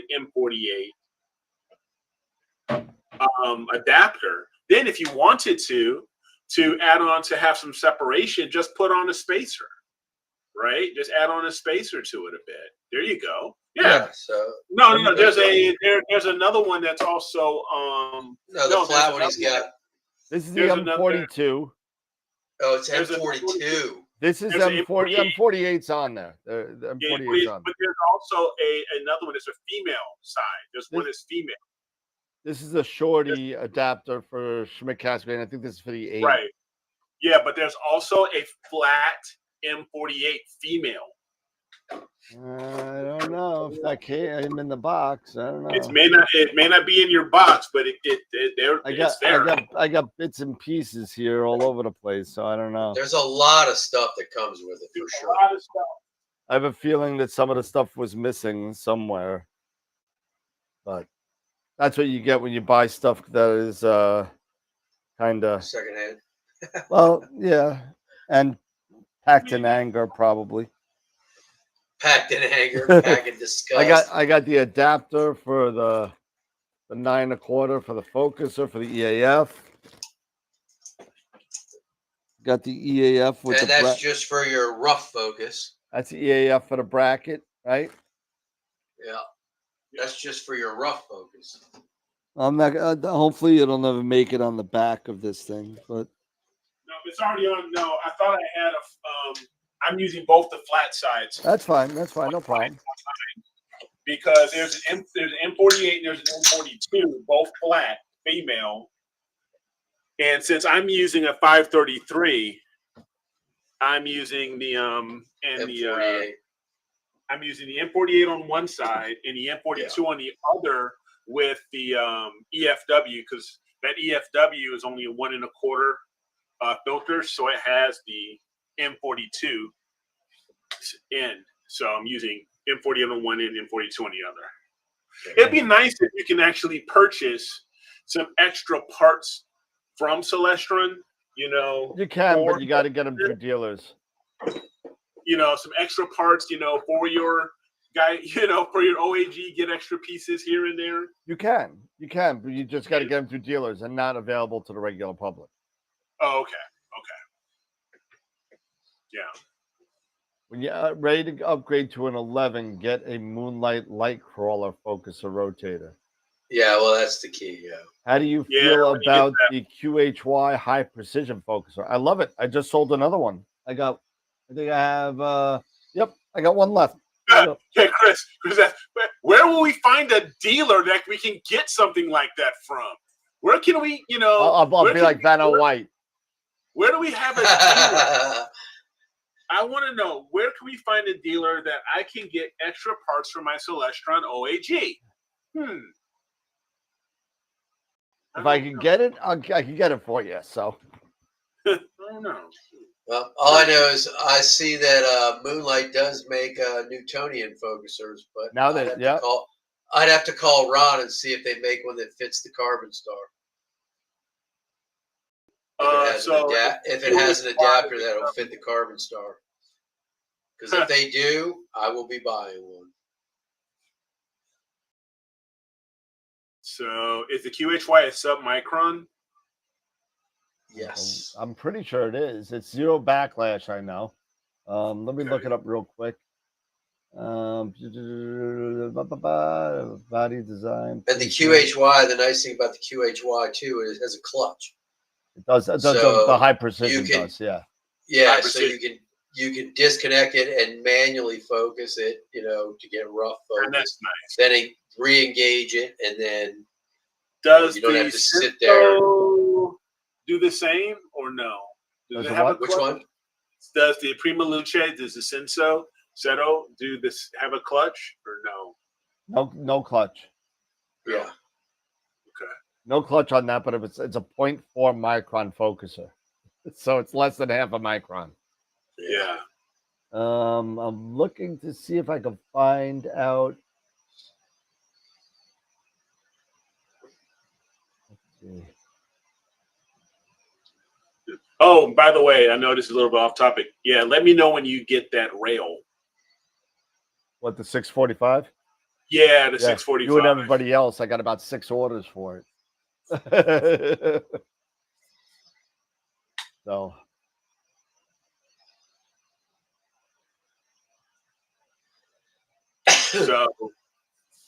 yeah. So you guys out on the East Coast, you guys got the crappy weather?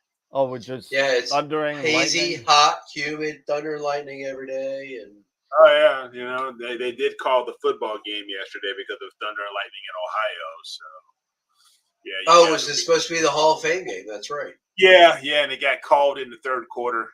So in the middle of the third quarter. So yeah. Hey, it's a preseason game, so who cares? Who got inducted this year? Well, from Chicago, Devin Hester got inducted. Oh, awesome! Yeah, that guy was a beast. And Steve McMichael, I believe, also got inducted.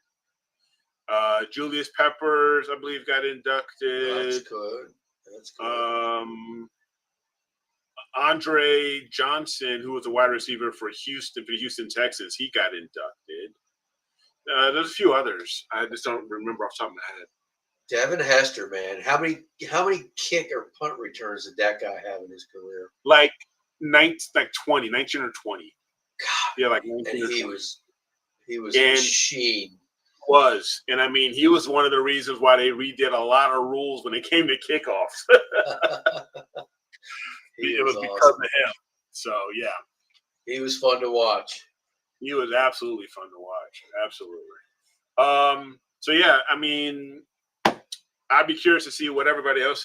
What projects would you be working on if you didn't have this cloud? Bad weather. Yeah. Well, I was working on the Western Veil. I'd like to get more S2 data on it because I got I had 3 decent nights. 2 were good. I got HA and O3 and got a good almost 4 hours each on that. And then looked like I was going to get a good night. I set up, started doing S2, and I think out of 32 frames or 34 frames, 10-minute each, I got 14 that were usable. I had to throw everything else out. The cloud started rolling in. Oh my goodness. Yeah. But 10-minute, and that was with the WD-20, taking 10-minute exposures. Keep on wanting to say WD-40. They were beautiful. They were beautiful. So, Good. I'm glad that mount worked out. And it turns out to be either somebody was a little bit too nitpicky on some of the things and not wanting to work out the. That's what it sounds like to me. Yeah, I mean, because when I tested it that one night that I, was just testing, and I had intermittent clouds and stuff like that, I figured, well, it's not horrible. Let me put it up and see what I can get. Right. I mean, I took a couple 15-minute long exposures that were perfect. Yeah. And I'm like, I've never. And you were done like that. 0.22 guiding or something like that, right? When I ran the what do you call it? The guiding assistant. The guiding assistant. Yeah, it was 0.22. 0.22 total RMS. Total RMS. And the one thing was funny was, usually if I ran the guide assistant with the EQ6R, it shows the star in the little graph and in the crosshairs. You'd see the star drift out, right, and come back and then in, come back, drift out. That WD-20, it never left the frame. It would never leave the frame. It was always somewhere within that frame the whole time. Tom, text me after the show. I have them. I totally forgot, man. You need the 16.5 and the 21 millimeter adapter for the 2600, right? Just remind me. Send me an email, please. So I'll send it out in the morning. I'm so sorry. I totally forgot. He's very busy, Tom. I'm really busy. You see this, Eric? You see this? Oh yeah. Oh, the Opal 3.0 Max, huh? Yeah, got him in. Yeah, I got to get my hands on one of them. I gotta see how that is compared to the 2.0 that they got. I don't even know. I just got him today. Okay. You have the OCal too, right? I have the OCal too, but I'd like to get the OCal 3. I'd be very curious. Yeah, because it seems that there's a lot of good improvements with it. Yeah, they're very good, but I will be honest. I thought the instructions are especially when it comes to Schmidt Cassegrains, they're almost non-existent, right? And you have to really figure out things on your own in a way. And I still haven't perfected it yet, because even using it, and then I would go out and then I would take it outside. The great thing is with the OCal is that you can do things indoors. That's one of the great things about it. Yeah. But once I had everything, what I thought is locked in, I go out there and I do a star test, and still, it's like it's wonky. It's all wonky. So then I just went ahead and then I'm just redoing it all myself, and just starting all over again. But I'd like to know what the price is of the. Yeah, Mark has the same word. I'd like to know. Right now. Give me a second. 285. 285. That's not bad at all. Not bad at all. Yep. Okay. So I may need you to add that to put it on my tab. Put it on my tab. On my tab. What do you think this is, a charity? What the hell? Say no charity. Put it on my tab. I'm like Eric's drug dealer, man. Yeah, man. You gotta be. Come on, man. You gotta be careful. He's gonna send Bruno. He's gonna send Bruno to see if I know, right?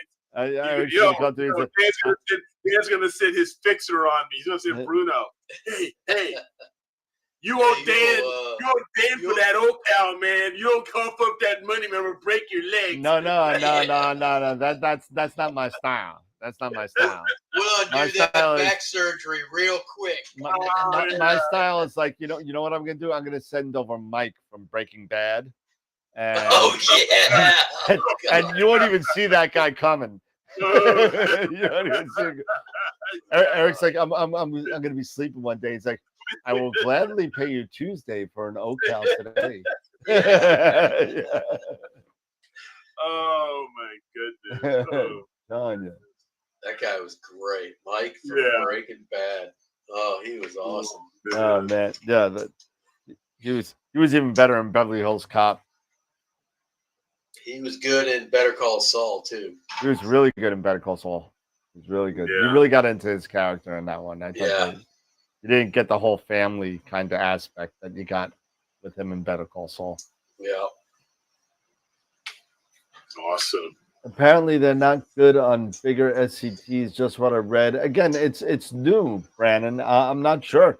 I mean, The OCals? Yeah, the OCals. So are they primarily for Newtonians and And RCs? larger RCs, yeah. Yeah, larger RCs.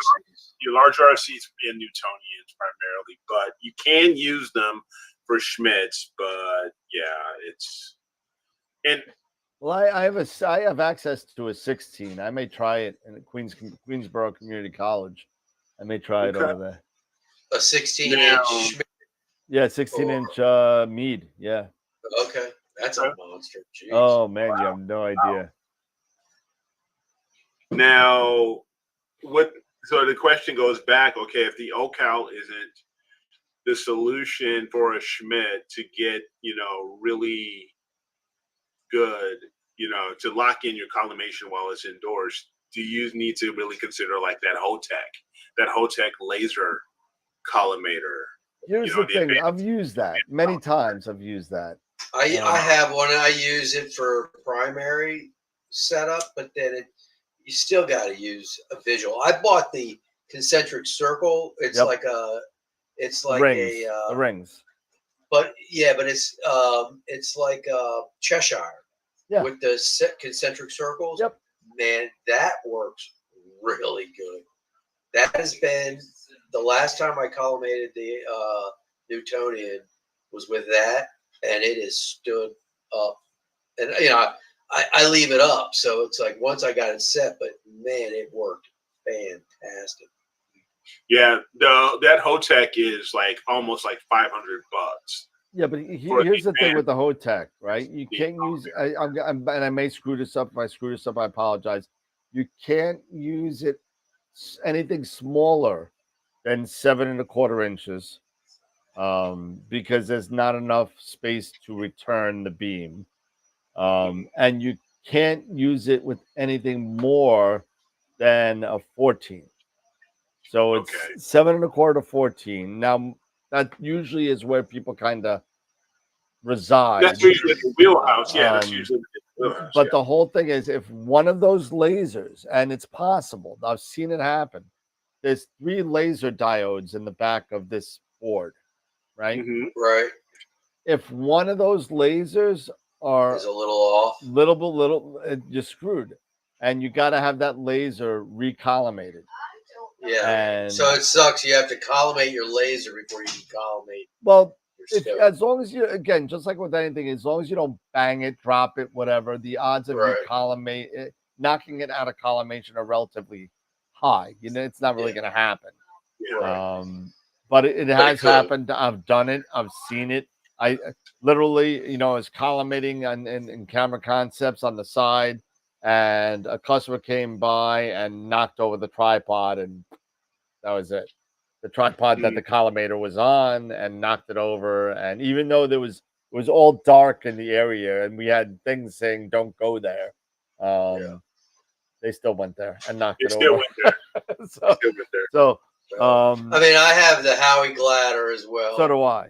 With the single point and the concentric circle adapter. Yep. So even, doing like the Newtonian, I could use that single point to make sure that it goes down off the secondary right into that ring in the middle of that primary. Yeah, and I know that that's lined up. And then I can move to the concentric rings, the Cheshire, to make sure that your mirror is, and make sure the mirrors are all right. And that's great for like for Newtonians and stuff like that. But for your Schmitz, it's very limiting what you can do, what you can utilize, other than better than a star A test. defocused star, yeah. I mean, the Yeah, way I saw Dylan O'Donnell do his, he's like, it's the best way to do it. Just defocus a star. He's got the pencil. Yeah. He Yeah, takes yeah, a little that's how- pencil and he goes, okay, we're tweaking this one, tweak that one, tweak, and Yeah. done. And I think that's one of those things where, you know, once you get into routine and practice that, it's probably pretty simple. Yeah, it is. It's not that hard. You know, once you get to that point, I would be very curious to know how Celestron collimates their SCTs before they're getting shipped. It's on a workbench inside. Or if they're using an artificial star probably.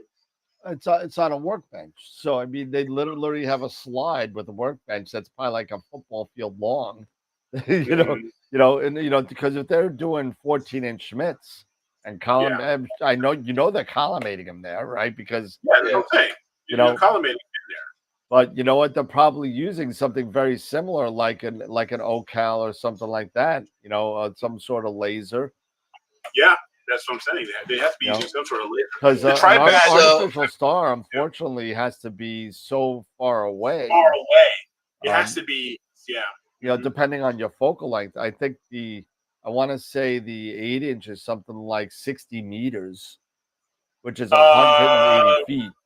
Yes, it is about that. Yeah, it's almost adjustable. And then so you go up to like 400 feet at the 14-inch. It's like a football field. Exactly. You know, so you know, I'm sure they're using something on a workbench with an interferometer where they kind of do that kind of stuff. I'm sure they're using high technology to do that, not like artificial stars and stuff like that. Plus the thing is, ideally too, Eric, once you're using, because you have the they put a little Chinese guy. You have the focuser. You lock your mirror, right? Yes. So you get rough focus, lock your mirror. So I mean, ideally, once you lock that mirror, then it's just that one adjustment you have to worry about. And that's why the 15 millimeters or so that the Asato gives you is enough. Yeah. Because you're able to move that mirror first, lock it in, do the 3 lockdowns, and then you can use the rear cell. Yeah. Then you defocus your star and you get your collimation. And ideally, once that's locked in and you've got it on the mount, you don't change anything, it should stay perfect. And that's exactly what I do. Because for me, I even use the hex screws. So I'm using an Allen key versus the Bob's knobs. For me, the Bob's knobs, they move. Yes. Yeah, they're not as tight. Yeah. Yes. So with me using a hex screw and using an Allen key, I can go in there and it's tight, you know, and I can lock that sucker. I have like an M3, at I think it's like 12 millimeters or something like that, because you can look up the length of screw the length. Yeah. The length of the screw, you can look it up on Celestron's website. And once I did that and I'm using that Allen key, it makes it a lot easier because now I'm not having to deal with, screwdrivers or that type of stuff. You risk hurting damaging or scratching your corrector plate. It's just an Allen key. You stick the Allen key right into that hex screw and it's go. I know that I remember very distinctly that Scott Cole again pops up in mind. Put a link on there for nylon tipped hex screwdrivers. Yes, I do remember that. Yeah, and so, in God forbid you do onto your corrector, at least it's with a nylon tip and not a metal pointed, sharp screwdriver. Right. Exactly. Now I also used wing nut. Stainless steel wing nut screws. Yep, with a locking nut. Yep. Yeah, with a locking nut, and that was worked really well too. But for some reason it didn't work out the best for me. That's why I went ahead with the hex screws.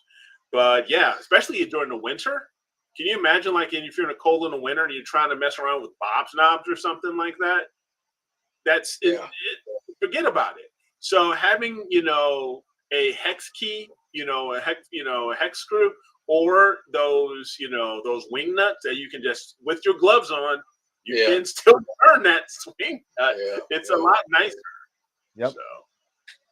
But there's no locking screw on the Schmidt, No. right? It's just so that's the difference between a Newtonian too. So you have that center locking screw too. So you're right. Just once you get that center and you get the secondary lined up straight, and everything's tightened down, you're literally just loosening, tightening, and and once everything's there, everything's tight. You're not. It doesn't fall out that often. It's more the primary that's on the springs that might drift. So once you get the secondary, at least what I found on the Newtonian is secondary. Once that's lined up, it's just a matter of tweaking your primary ever so slightly here. 1 minute picture of the week. Nope, it's gone. Forget it. All right, let's do it. Before we do that, just one thing. You missed this on Wednesday. This is a new giveaway. It's a cool giveaway.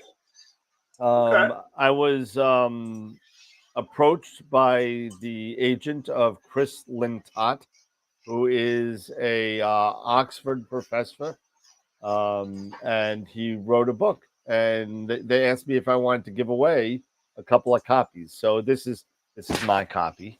But we will be giving away 3 copies for the next 3 months, once a month, for free shipping. They'll drop ship it right to your house. It's about accidental astronomy and how the luck of stargazing can shape our view of the universe. So it's pretty cool. Nice. So definitely check it out. I've already read a couple of chapters already. It is, believe it or not, on Audible, which is probably what I'll end up finishing the book on. And that's actually narrated by Professor Lintott. So pretty cool. So if you want to get involved with that giveaway, go to astroweb.com, go on the giveaways. It's up, it's ready to go. You can sign up and get your free book. I just signed up. No, I'm gonna kick you out. You asshole. You asshole. That's only because you're wearing a Jameson shirt that's swilled that you drank. What is that?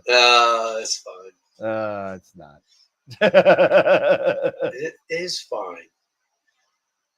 So real quick, I am going to share a couple of things here. We have from Miguel Escada. I hope I'm pronouncing your name correctly. We had he is our novice winner. So here's his image of the veil. He took this with his Red Cat. Nice. His Red Cat 51. I see Pickering's triangle in there. I see both veils. I see Pickering triangle. Yeah, both veils. Yeah, I mean, really nicely done. I tell you, this looks like a freaking exomorph from Alien. I swear to God, it does. It does. Yeah, it does. It totally does. So he took this with his Red Cat 51 and his ASI 2600 MC. Nice. 81 300-second images. Wow. Awesome. So congrats to him. We have Dave's. Wait a minute. Dave. What? Let's take a look at yours. So of the Western Veil. Very purple, Dave. Very cool. It's SHO. It's SHO. That's SHO? Yeah. Hey. There's green in there for you, Dan. I see a little bit. And we had from Josh, we had M81 and M82. Why do all your pictures come up like that, man? These are all from the from inside the I gotcha. Inside WordPress. All right. Yeah. So, but I just wanted to share these just so everybody can see. So, all right. So, Let me go back here to the poll. So we only had 18 votes. So I apologize about that because, it's probably a while for me, because I didn't get it on you get this set up. Maybe. So that was You're fired. Yeah. Hey, you had access to this too, brother. No. I handed the ball, man. So with 18 votes for our first image of the week for the month of August 2024, between Josh and Dave, we have our winner is Dave. Congratulations, sir, with 11 votes. Thank you, sir. Thank you. Thank you, everybody. Need more people to come in. Get more people, get more votes. And we'll get that up. Yeah, I will. This year, this weekend, I will get everything ready to go for this weekend. I think it's already set. I'll just double check and make sure. But congratulations there, sir. Thank you. Right. Cool.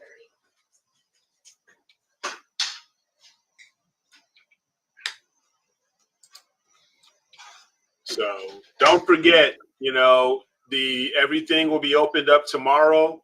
A novice folder and an experience folder.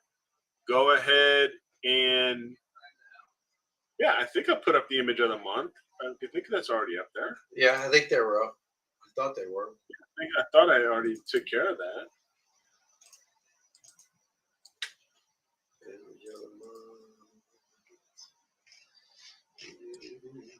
Oh no, they're not. They're not up there.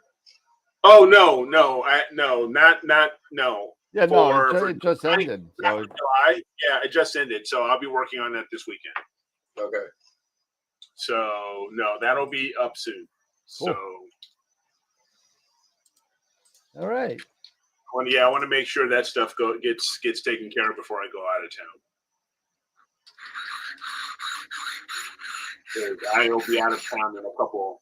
I'll be out of town in a couple weeks down in Texas, so we need to make sure that it's all done. Yeah, this is going to be unless if you guys are, I know me and Dave are both on vacation this week.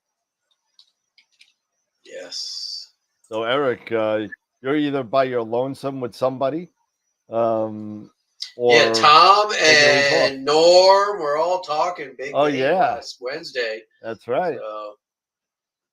We're trying to throw it out there to some of the regulars to be guests on the show to kind of give us a day off one of these days. Did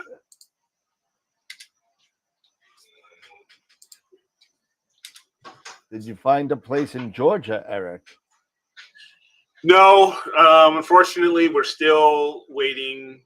This was like a scenario of hurry up and wait because just like you guys talking about being on vacation, a lot of the powers that be are on vacation. So until they come back, I'm in a holding pattern right now.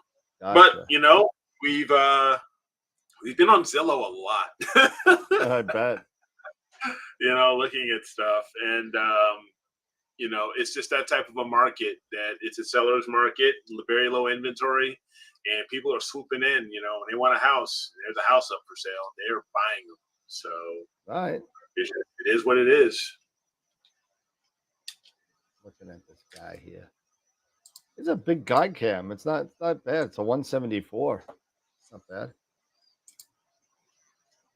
Yeah, 174 is a good size chip. Yeah. That's the one I use, is the 174. That's what this guy is. 174 mini. Yep, 174. I use the hockey puck. I have the 178 hockey puck on my refractor.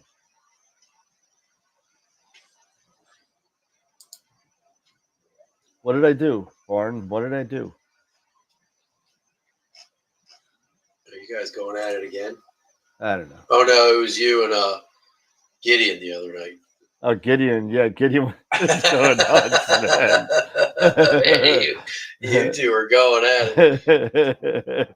The show really was, all there was a sea of blue on the chat. It was just Gideon's name going off. Railing on Dan.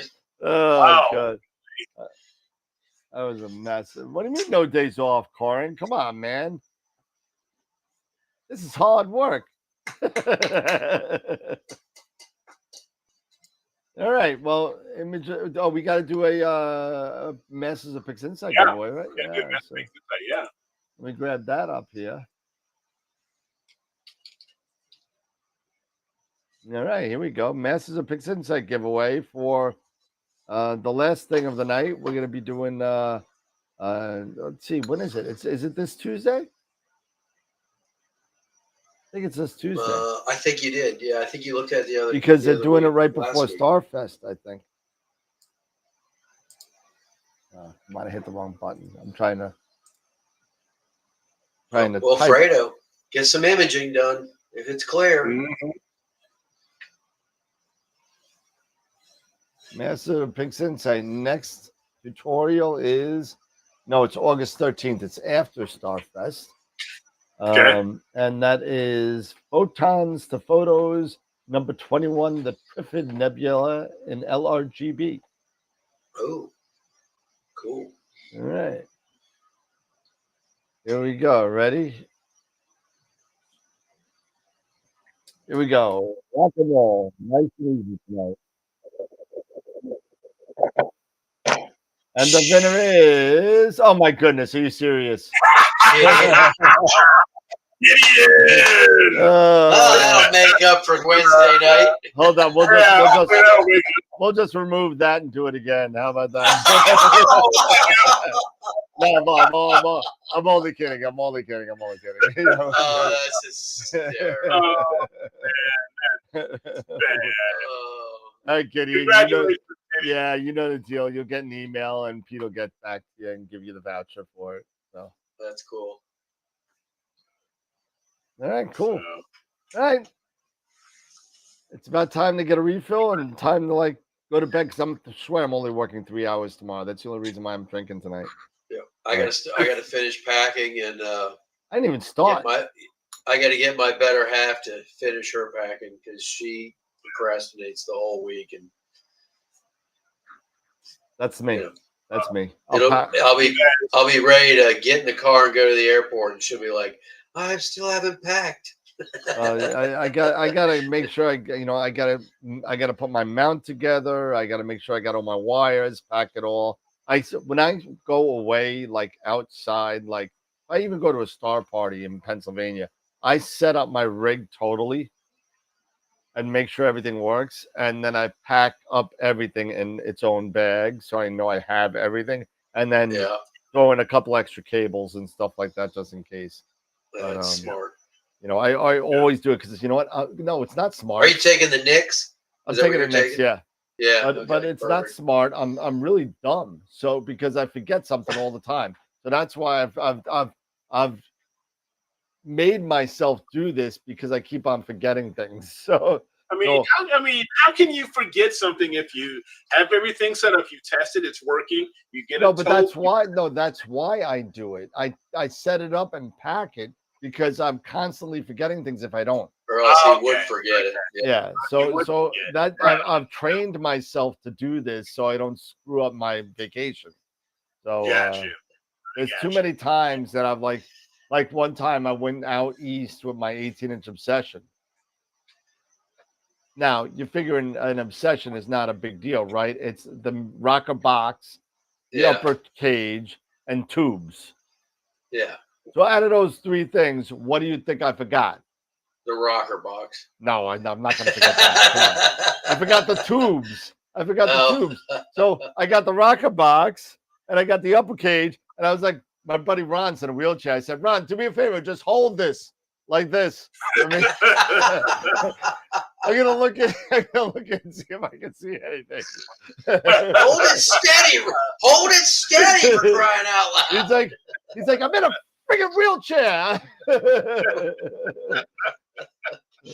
Man. It looks like me and Ron are going to be going to Black Forest. It looks like this year again, so that's going to be good. That goes on sale for those of you. It goes on sale in 4 days. 4 days. 4 days. 8 p.m. Okay. What do you got? And that's end of September, right? No, beginning. Beginning of September. Yeah, beginning. What has Eric got showing off here? What is this? Showing off, I was watching Nico Carver, his videos of him building his shed, right? His observatory. And then he also was talking, and then he met with, I guess, one of his neighbors or someone, or fellow astronomer who also had a roll-off roof. But they had their roll-off roof to create built by this company here, and he had this on his show, on his YouTube channel. He was talking about these guys, Solvus Structures. And they actually make lots of different outdoor themed sheds. You know, home office, she shed, man cave. A golf shed, so if you want to put the simulator, or hunting blinds or dog kennels. But, this one, it was the stargazer sheds. So they had these stargazer sheds here and of different types. They had different examples. And they have them different sizes. I guess this is one that has a warm room. Yep. Here and everything, which is very cool. But honestly, this may be a bit out of my budget. You might be surprised, man. Well, right now they're gonna, you can ask for a quote, but they have different options, different things they can do. They can even prep the site and all of this other stuff. They even have a virtual tour here, but their prices just put off. It's like yikes! Holy crap! Wait. Yeah, Holy and these are and these are meant to be a guide and don't include any delivery or custom features. Oh my god! So, I'll spend $700 for Sky Shed. I could probably buy the material from I could probably save about $10,000 on that thing. Yeah, and then get a hold of our guys and our friends at Dark Dragons. Dark Dragons. Well, God, my goodness. Wow. It was like, wow. But if you are looking for a shed, or a roll-off roof, and you would like to have them, and this is, I'm sure, they're building. And money's no object. Money's no object, or financing, or you do have financing options. But yeah, I just found these really, the renderings are really nice. What are the financing options? I want a heart attack. Hold on a second. What are the financing? 30 years at 15%. Yeah, who knows? But you can do different things and stuff like that. So 20 years, it says. Yeah, 20 years, rent down, all that other sort of stuff. But anyway, yeah. But I just found these very interesting. They are. They're pretty expensive though. They're pretty expensive though. But there are, there's companies out there who, if you are interested in getting a roll-off roof and you don't have the ability to build it yourself. And like Dave even said, if money's no object or anything like that, or you can look into these guys here at mysheds.com, or or reach out to a contractor or what have you. So just one of those things. It's like, why? But it's like, that's something. And you know what? This could be, these prices could vary. These could have been some old pricing. Who knows? But so I'm not going to lock in and say that, this is their price, but it's very interesting. It also includes electric. Yes, it does include electric. It does include electric and a lot of other, features and add-ons and stuff like that. So 70 amp breaker box. Yeah. Yeah, big. It's that's a good size breaker box. 70 amps. You're gonna, that's gonna power everything you need, even your warm. Yeah, I mean, it sounds like everything's all inclusive as far as Yeah. It's all workings, That being electronics. And, Yeah. So That I'm may sure not be that a bad you idea. have other things. So so if it's doing all of that stuff, your electrical, they're prepping the site, perhaps all these different things. This may not be a bad way to go. Yeah. So I'm sure there's a lot of other, you've got other options that you can do, like interior options and stuff, like the flooring, and because you can even choose your flooring. It looks like. So Yeah, you can. it may not be a bad thing. I mean, it just depends. And if this is something that's in a person's wheelhouse, and a lot of people, they really would like to have an observatory. So Yeah, I won't even look at that until after I move. I'll look at that. exactly. That's me. So that's one of those things. And you guys were asking about Georgia. Yes. That may be one of those things I look into. Steve, it is a little bit pricey for me. It is a little pricey. But if you think about it, it all includes, if it includes electric installation and everything, it just doesn't include delivery of the materials. So that's going to cost a couple $1,000 too. So think about that. But I don't know. We'll see. Keep playing that lottery, boys. Yeah. Tom said after what happened in the market this week. Oh, what happened in the market? I haven't been watching. I've been working. Anything? Oh yeah, it tanked. I mean, it took a crap. It was bad. So I'm gonna write a cat food. Tom's gonna write a cat food cookbook. Gotta go to fidelity.com and look at my stuff here. Don't bother. Let's see. He's gonna do some great things with pate and fancy feasts. Wow. Yikes. Oh, that's not cool. That'll come back, though. To do it. That'll come back. I'm not worried about it. Yeah, see, Chris, there you go. He didn't have the time or want to put in the effort, so he was very happy to pay with his. If you are in that, situation, and you're able to, hey, go for it. Yeah, I mean that is I'm with you, Chris. I'm in the same thing. There's no way I would do what Eric did and build all that stuff myself. Number one, I don't have the time. Number one, I don't have the talent nor the inclination to even be bothered with it. So amen to that. Yeah, I can't. I am the guy that paid my two little Spanish friends to dig a 4-foot hole in my backyard to put my pier in there. And we almost lost one of them. I don't know if it was on purpose or not, but I got a picture. I got a picture of one guy holding one guy by a leg trying to bail out the bottom. So my buddy Roberto and my buddy Ivan came over and that's funny. They're actually good construction people. They're really good. They have their own business, but so they help. Thomas says the shed is pre-built. They give you the specs for the base, then come and drop the whole unit. Norm says that's the price you pay for a turnkey building. You don't have to do anything. Yeah. So, that may be worth it. And if it's got financing options, if you do something, I mean, it's half the cost of a car, right? So most cars are paid off in 6 years. So if you do it in 3, that's true. It's really what, $500 a month, 3 years. Yeah, 3 years. You're good.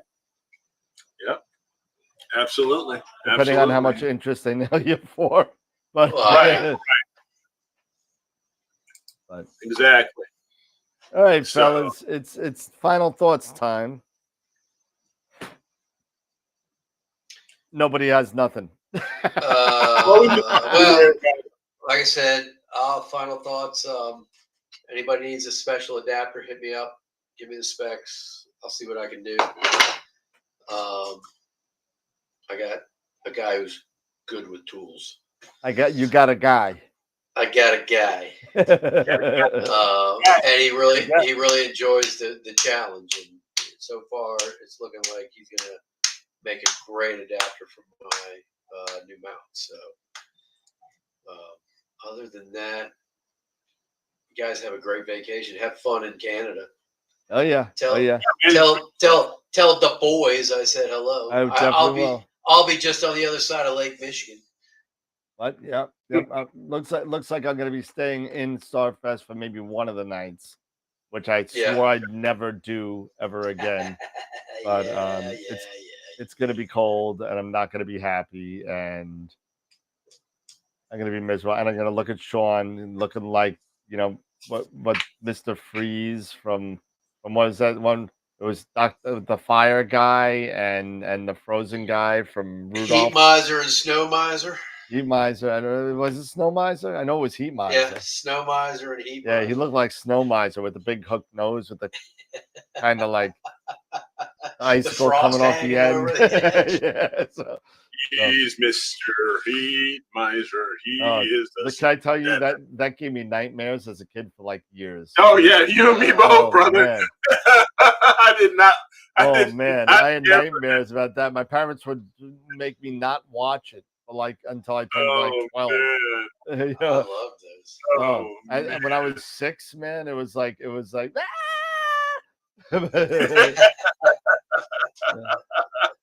You'd be hiding behind the chair. Wait, is it over? I hear the music. It was the abominable snowman that always scared me. Oh, when you saw the big thing crawling over the hill of ice. Yeah. Oh. That was not made for kids. That was made to scare the crap out of kids. That's what that was. That's what it was for. Yeah. But no, again, you know, as far as final thoughts, I hope everybody has a great weekend. You guys have a great vacation.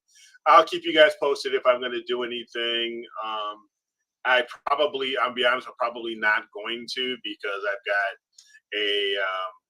I've got a garage sale to deal with next week. Oh, there you so go. That'll it's going to be. Oh yeah. I'm really looking forward to it.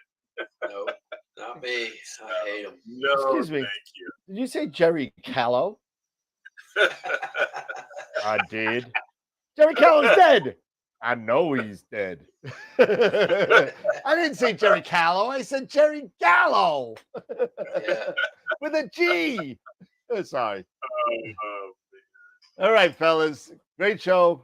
Thank you, Eric, for getting some legitimacy to the show as opposed to last week's, because that was a disaster. Yeah, having some conversation.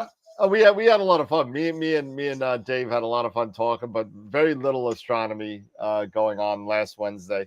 It was a free for all. Yeah, it really was. It was a but you know what? It was cool. It was fine.